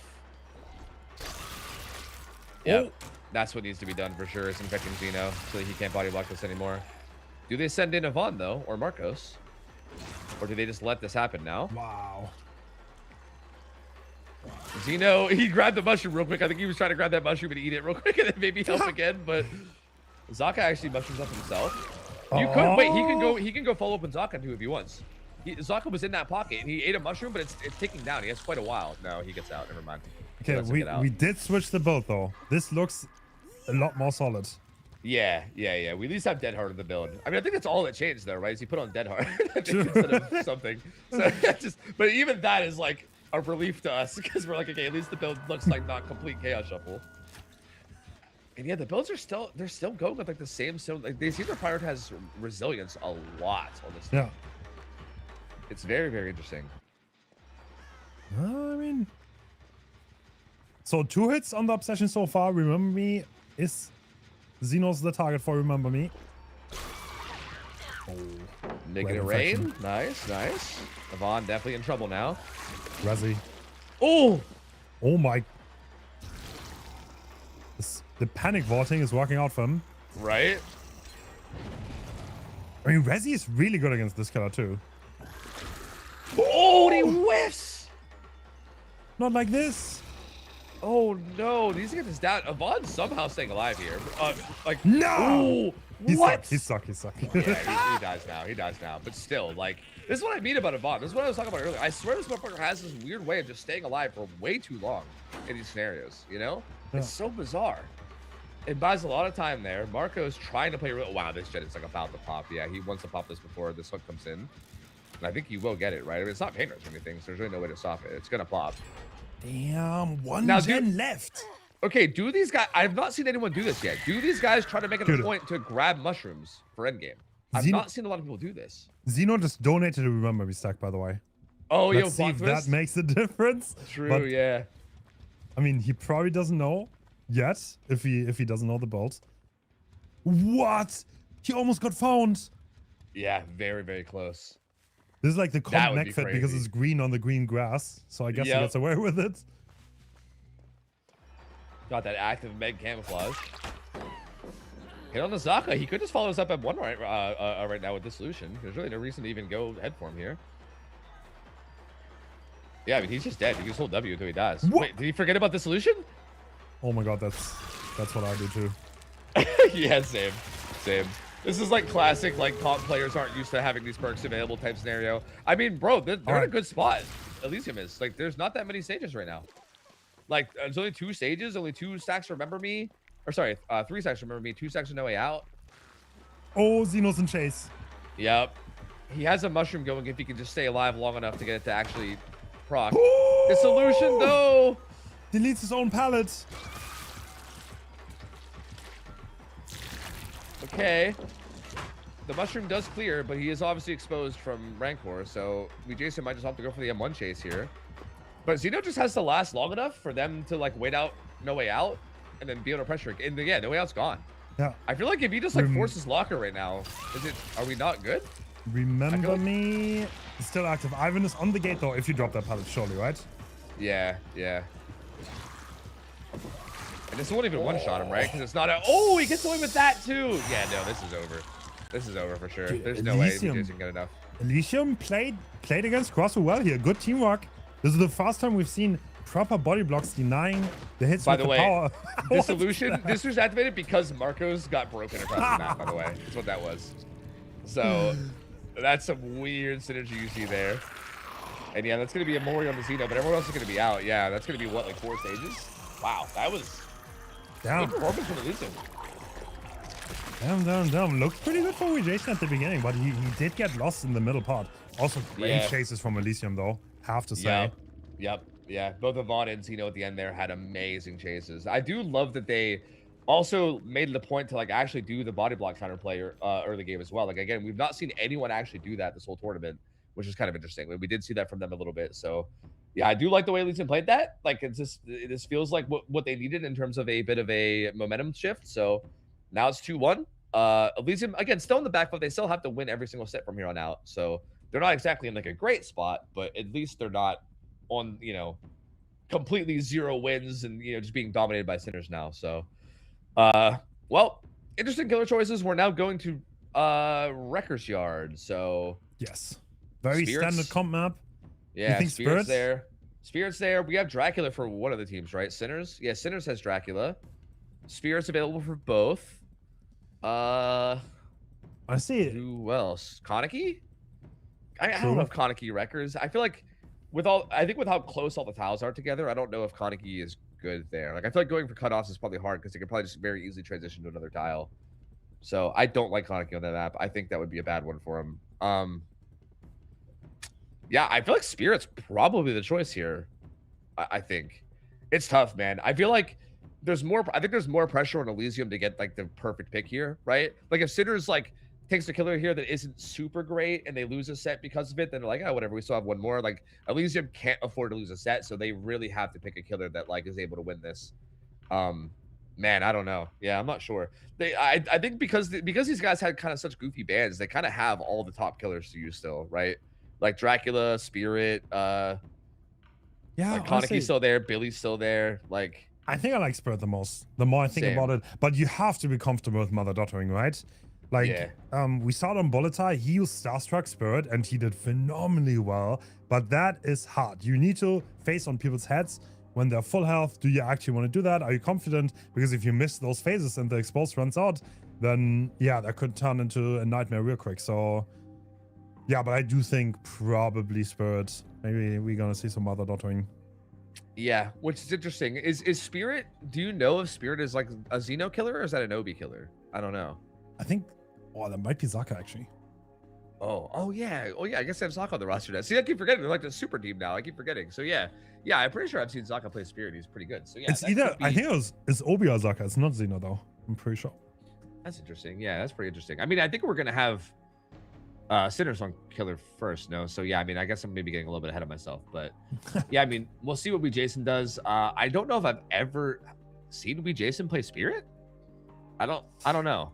So I'll be interested to see if they go for that or if they have maybe something else up their sleeves. I don't know. Do you still play injured builds here, even if you suspect a Spirit, or is Elysium gonna switch up the builds?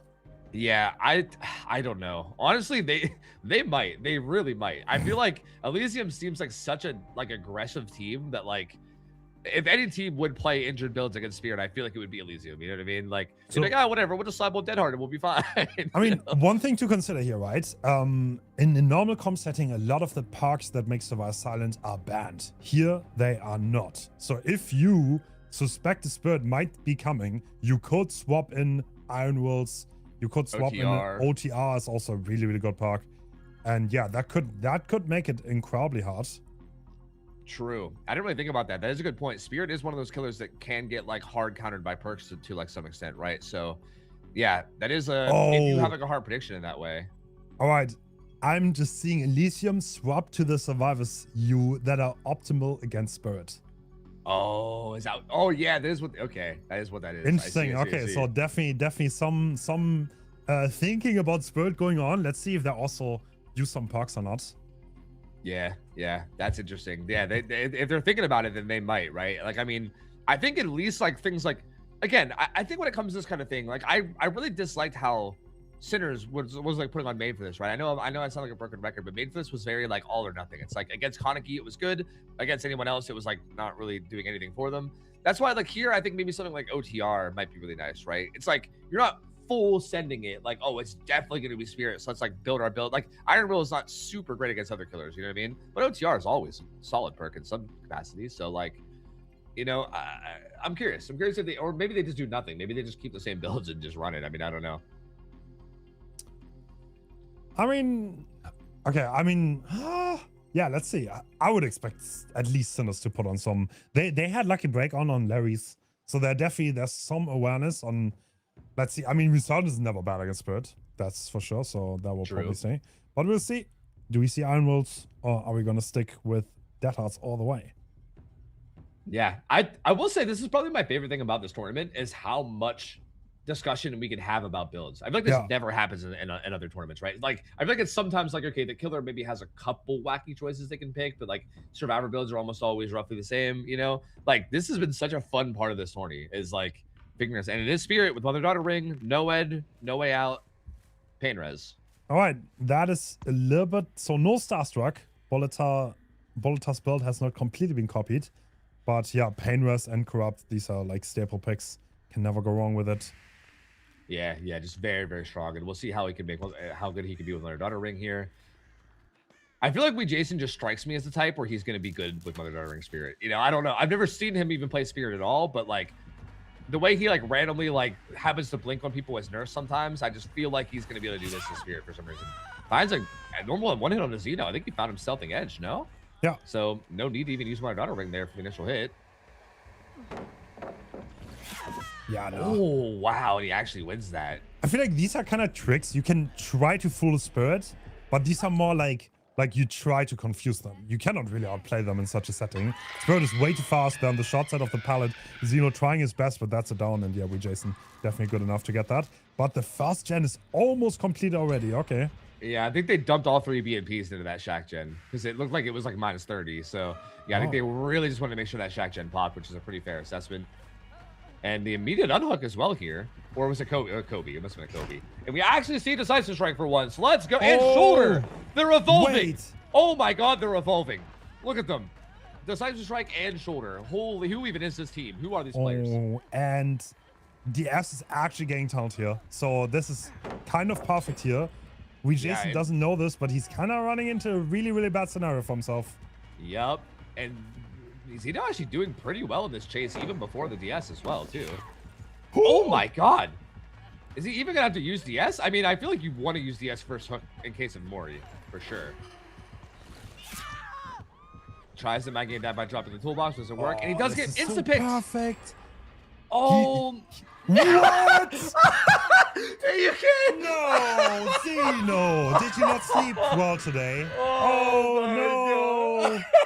Oh no. All right, so someone make the GIF already. The GIF already. I love Xeno, dude. Oh my god. What a roller coaster. Can you imagine you're in that team right now and you're like, yeah, I have DS. I missed DS. It's like, okay. I feel like, honestly, I feel like they're probably not surprised. Wait, did he save? No way he saved it, right? There's no scenario in which he saved it, right?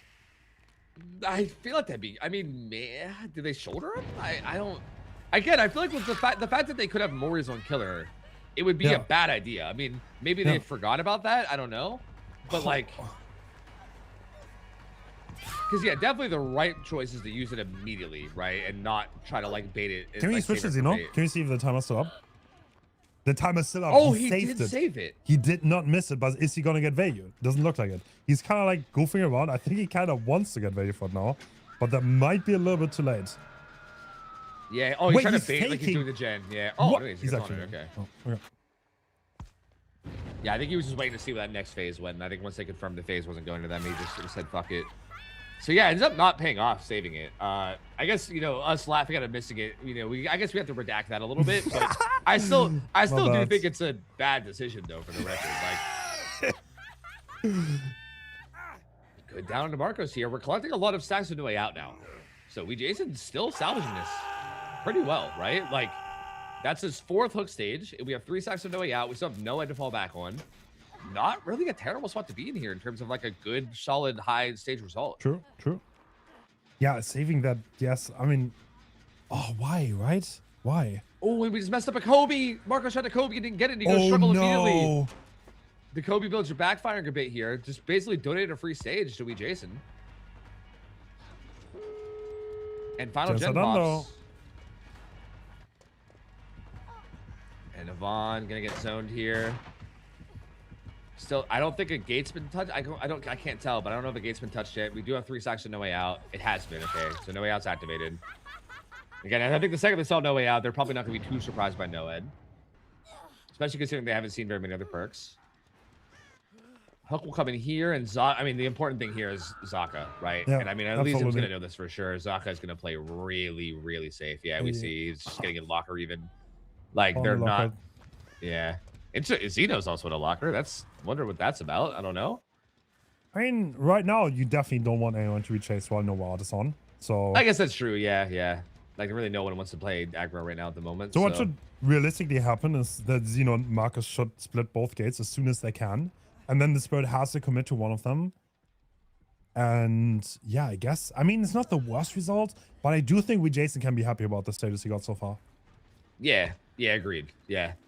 Like, this is already, like, we already have 6 stages. Like, if someone dies here, which again, with Noah being in play and everyone being, even if Noah gets cleansed, which they're actually on it, we still have multiple people injured. Like, it seems likely that at least one more person is going to die. Like, it seems like this is going to be around 7 stages minimum, unless this goes really poorly. They do cleanse it, though, but yeah, Marcos goes down for it. Is alleviating some pressure off Zaka, at least, though. Like, he can now, you know, be full HP and know that he can at least be one-tapped, so. To be fair, no. Okay, they're going to reset in the corner. They're going to play it as safe as possible. Zaka's probably also not going to aggro anything. He still is locker.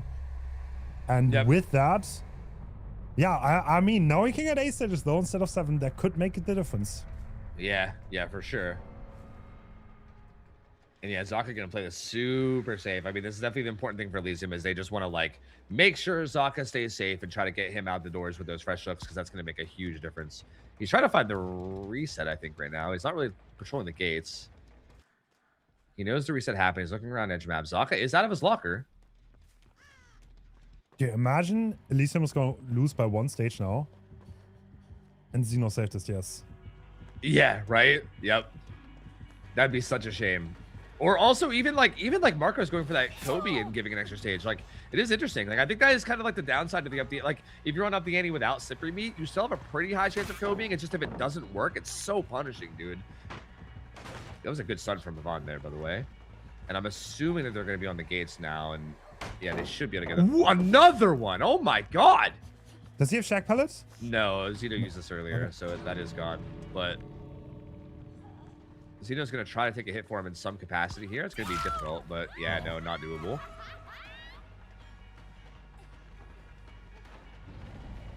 I mean, yeah, if you're Jason, you might as well play for... Oh, he does have a Mori, so yeah. Again, saving DS here was just a horrible play no matter what. Because, yeah, there was a Mori in play. I think this is, again, probably, this is one of those things, again, I think a lot of comp players just don't think about all these aspects of the game that could be in play because you're just not used to it, right? But yeah, saving DS there, definitely not the bait that you thought it was, I think. I think you were kind of baiting yourself, if anything. And this ends up being pretty decent, though, right? 8 stages to refresh? That's pretty high, I have to say. This is not gonna be easy for Team Elysium. I mean, it's like, this does seem to be a map, I think, that was pretty hard to get a good result on. Very low rotation times for survivors, so yeah, the pressure's on. Yeah, I think a bit of a fumble there with like the trying to save DS. Like, I think, imagine he hits that DS and extends that chase by another like 30 or 40 seconds. Like, I feel like they get so much more gen progress. Like, again, especially with all the perks they have too, that makes gens go faster. Like, okay, to be completely fair, he was totally dead zoned. He was actually completely dead zoned. But like at the same time, those like 5-10 seconds can absolutely make the difference in the end. Yep. I think that hurt him a lot. I do think, again, like Marco's not getting his Kobe and giving it, like, again, it's like not only do you not get the self unhook and you force a rotation, but you also just basically, you give like another down essentially, right? Like a hook stage is so important in these stages. So like the fact that he went struggle was definitely a big, that's like, I guess just the downside of those builds is that could happen. So, you know, what are you going to do? I think I've seen a lot of teams where they would try like twice. And if they don't get it twice, they don't send a third attempt and send a rotator. So I've seen a lot of teams do that. Like, I guess Elysium just feeling gambly and tried all 3 attempts and didn't work out. Kind of came back to bite him a bit there too. Again, it is pretty good that they cut the fresh hook out. That is at least some solace here. Like, I feel like if you collect your fresh hooks and maybe play a similar way, again, could run like some end game perks, it is still kind of reasonable for Elysium to match or beat this, but definitely not like a freebie by any means. Again, Sinners has been playing really well in Survivor too, so. Okay, there's one thing that kind of plays against them here. They swapped Killer Player to Zaka, and that kind of, I think, gives a tell to Team Sinners that we're about to face a Spirit. Because Xeno plays almost all the high tier killers. Obi's not even here. So, yeah, we're gonna see. But, like, if they counter-strat this and maybe they slot him, is Iron Will ever worth it here? Oh man, I don't know. Like, maybe. I mean, they do have that like Sinners has been doing the same thing, right? They run those same 3 perks and they have that like 4th perk slot that they interchange out. I mean, I do feel like this seems like the most obvious. We're definitely going against Spirit matchup that we've seen maybe in the whole tournament. So if there was ever a time to run Iron Will, I think it might be now. And honestly, yeah, maybe, because I feel like you definitely are also expecting mother-daughter ring too, right? So like, you slap on Iron Will and then there's no scratch marks, there's no sounds, like, especially with Overcome, you can get a lot of distance, which kind of forces the phase.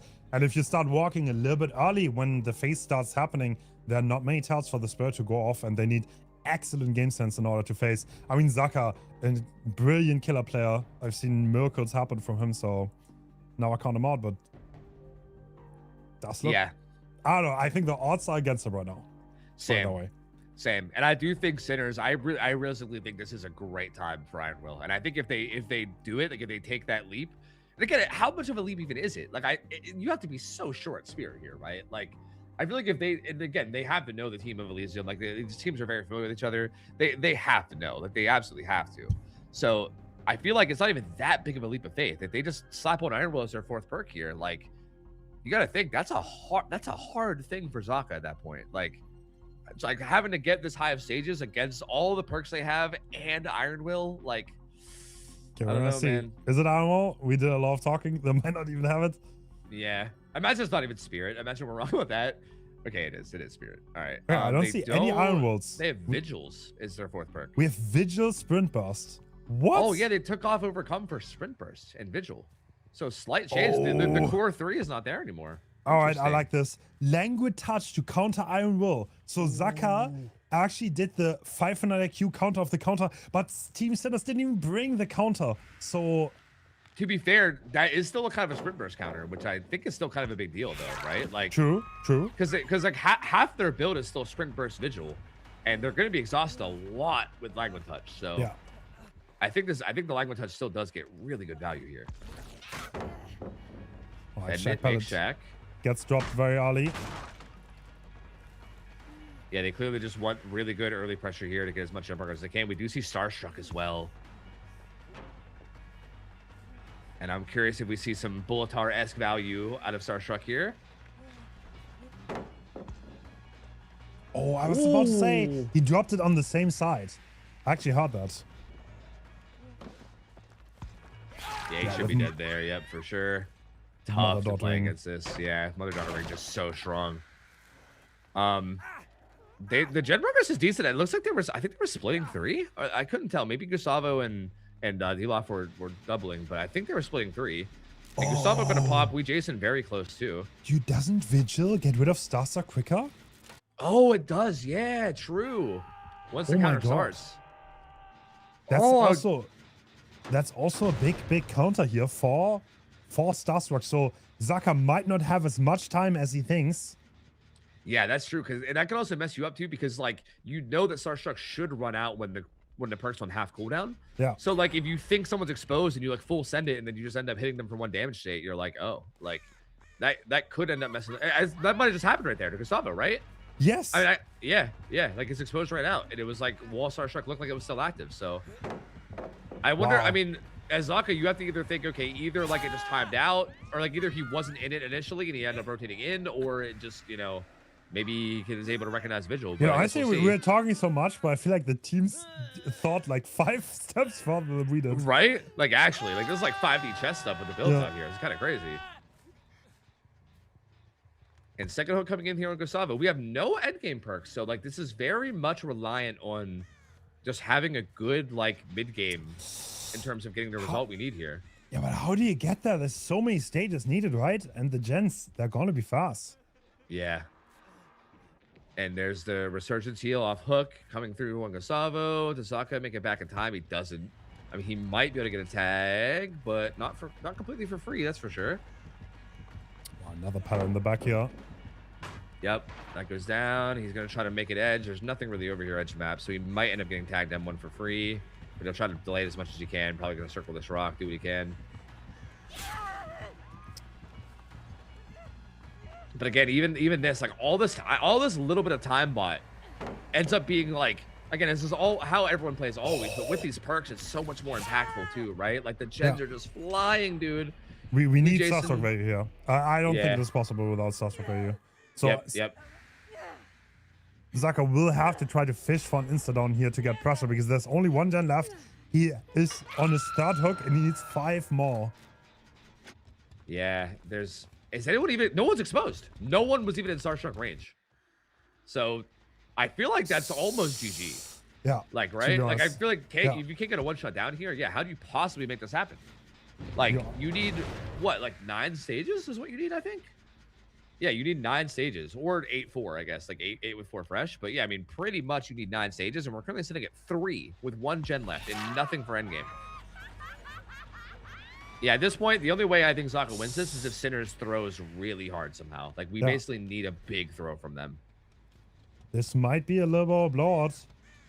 Yeah. Comes back to interrupt this. It's tough, man. I feel like you need like a 2-tap and then a reactivation of Starstruck, maybe. Like, I don't know. Fendit's already on that gen. That's so high progress, though. Like, how do you even go for a down here without losing everything? And yeah, like, again, we are committing to this, but yeah, we're just going to lose the gen for this. Yeah, they doubled the other gen.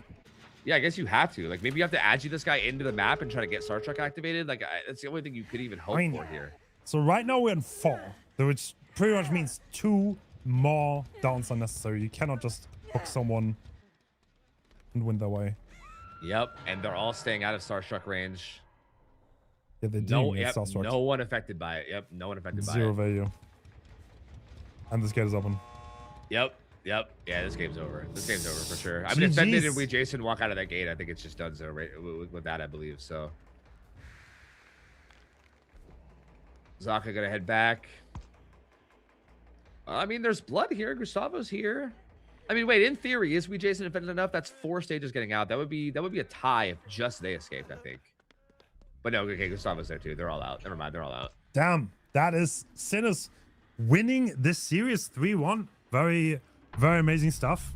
They stuck with their strategy, but both teams switched it up on the last set. Maybe a little bit of a meta adjustment. Yeah, that's really interesting, man. Dude, seeing how the builds have like evolved throughout this has been really interesting, but very well played by Sinners, man. Crazy to see Elysium go. I mean, they're such a good team, but obviously, the 2 teams can make it to the finals. Sinners definitely earned their spot. They played this really, really well, man. And they're gonna move on to the finals to meet Invictus. That's gonna be such a banger finals, dude. Oh my lord. Yes, that finals is not today. We're gonna let them have a little bit of break. We initially wanted to do it today. The thing is, though, it's a little bit unfair to have like a best of 5 and then a best of 7 right afterwards. So we're gonna schedule that. It's probably gonna be next weekend. We're gonna see when everyone has time. But yeah, that's gonna be exciting. That's gonna be a best of 7. So we're gonna have even more variety. We have even more picks, which is hopefully gonna make that very awesome. But yeah, that was it for today. Did you have fun, Tofu? Yes, this has been so good, dude. This is actually like probably the most fun tournament I've casted or spectated in a long time. So thank you for having me here, man. I love casting this. We can talk about builds, like what could they bring, what killers could they even bring. There's like the meta so blown wide open because usually in comp, right? There's like very fixed metas and like maybe he's gonna bring brutal or bamboozle, but like we always know like what they're roughly gonna bring. That's not the case here, and that made it really fun. But yeah. It's been, and again, the last day is going to be even better, like you said, with the best of 7, like bringing out even more killer picks. I'm so excited, man. So, yeah, I mean, I'll be here for it as long as you have me. So I'll be patient and wait. And of course. And with that, we are gonna head out. Thank you so much for watching, and we're gonna be back next week.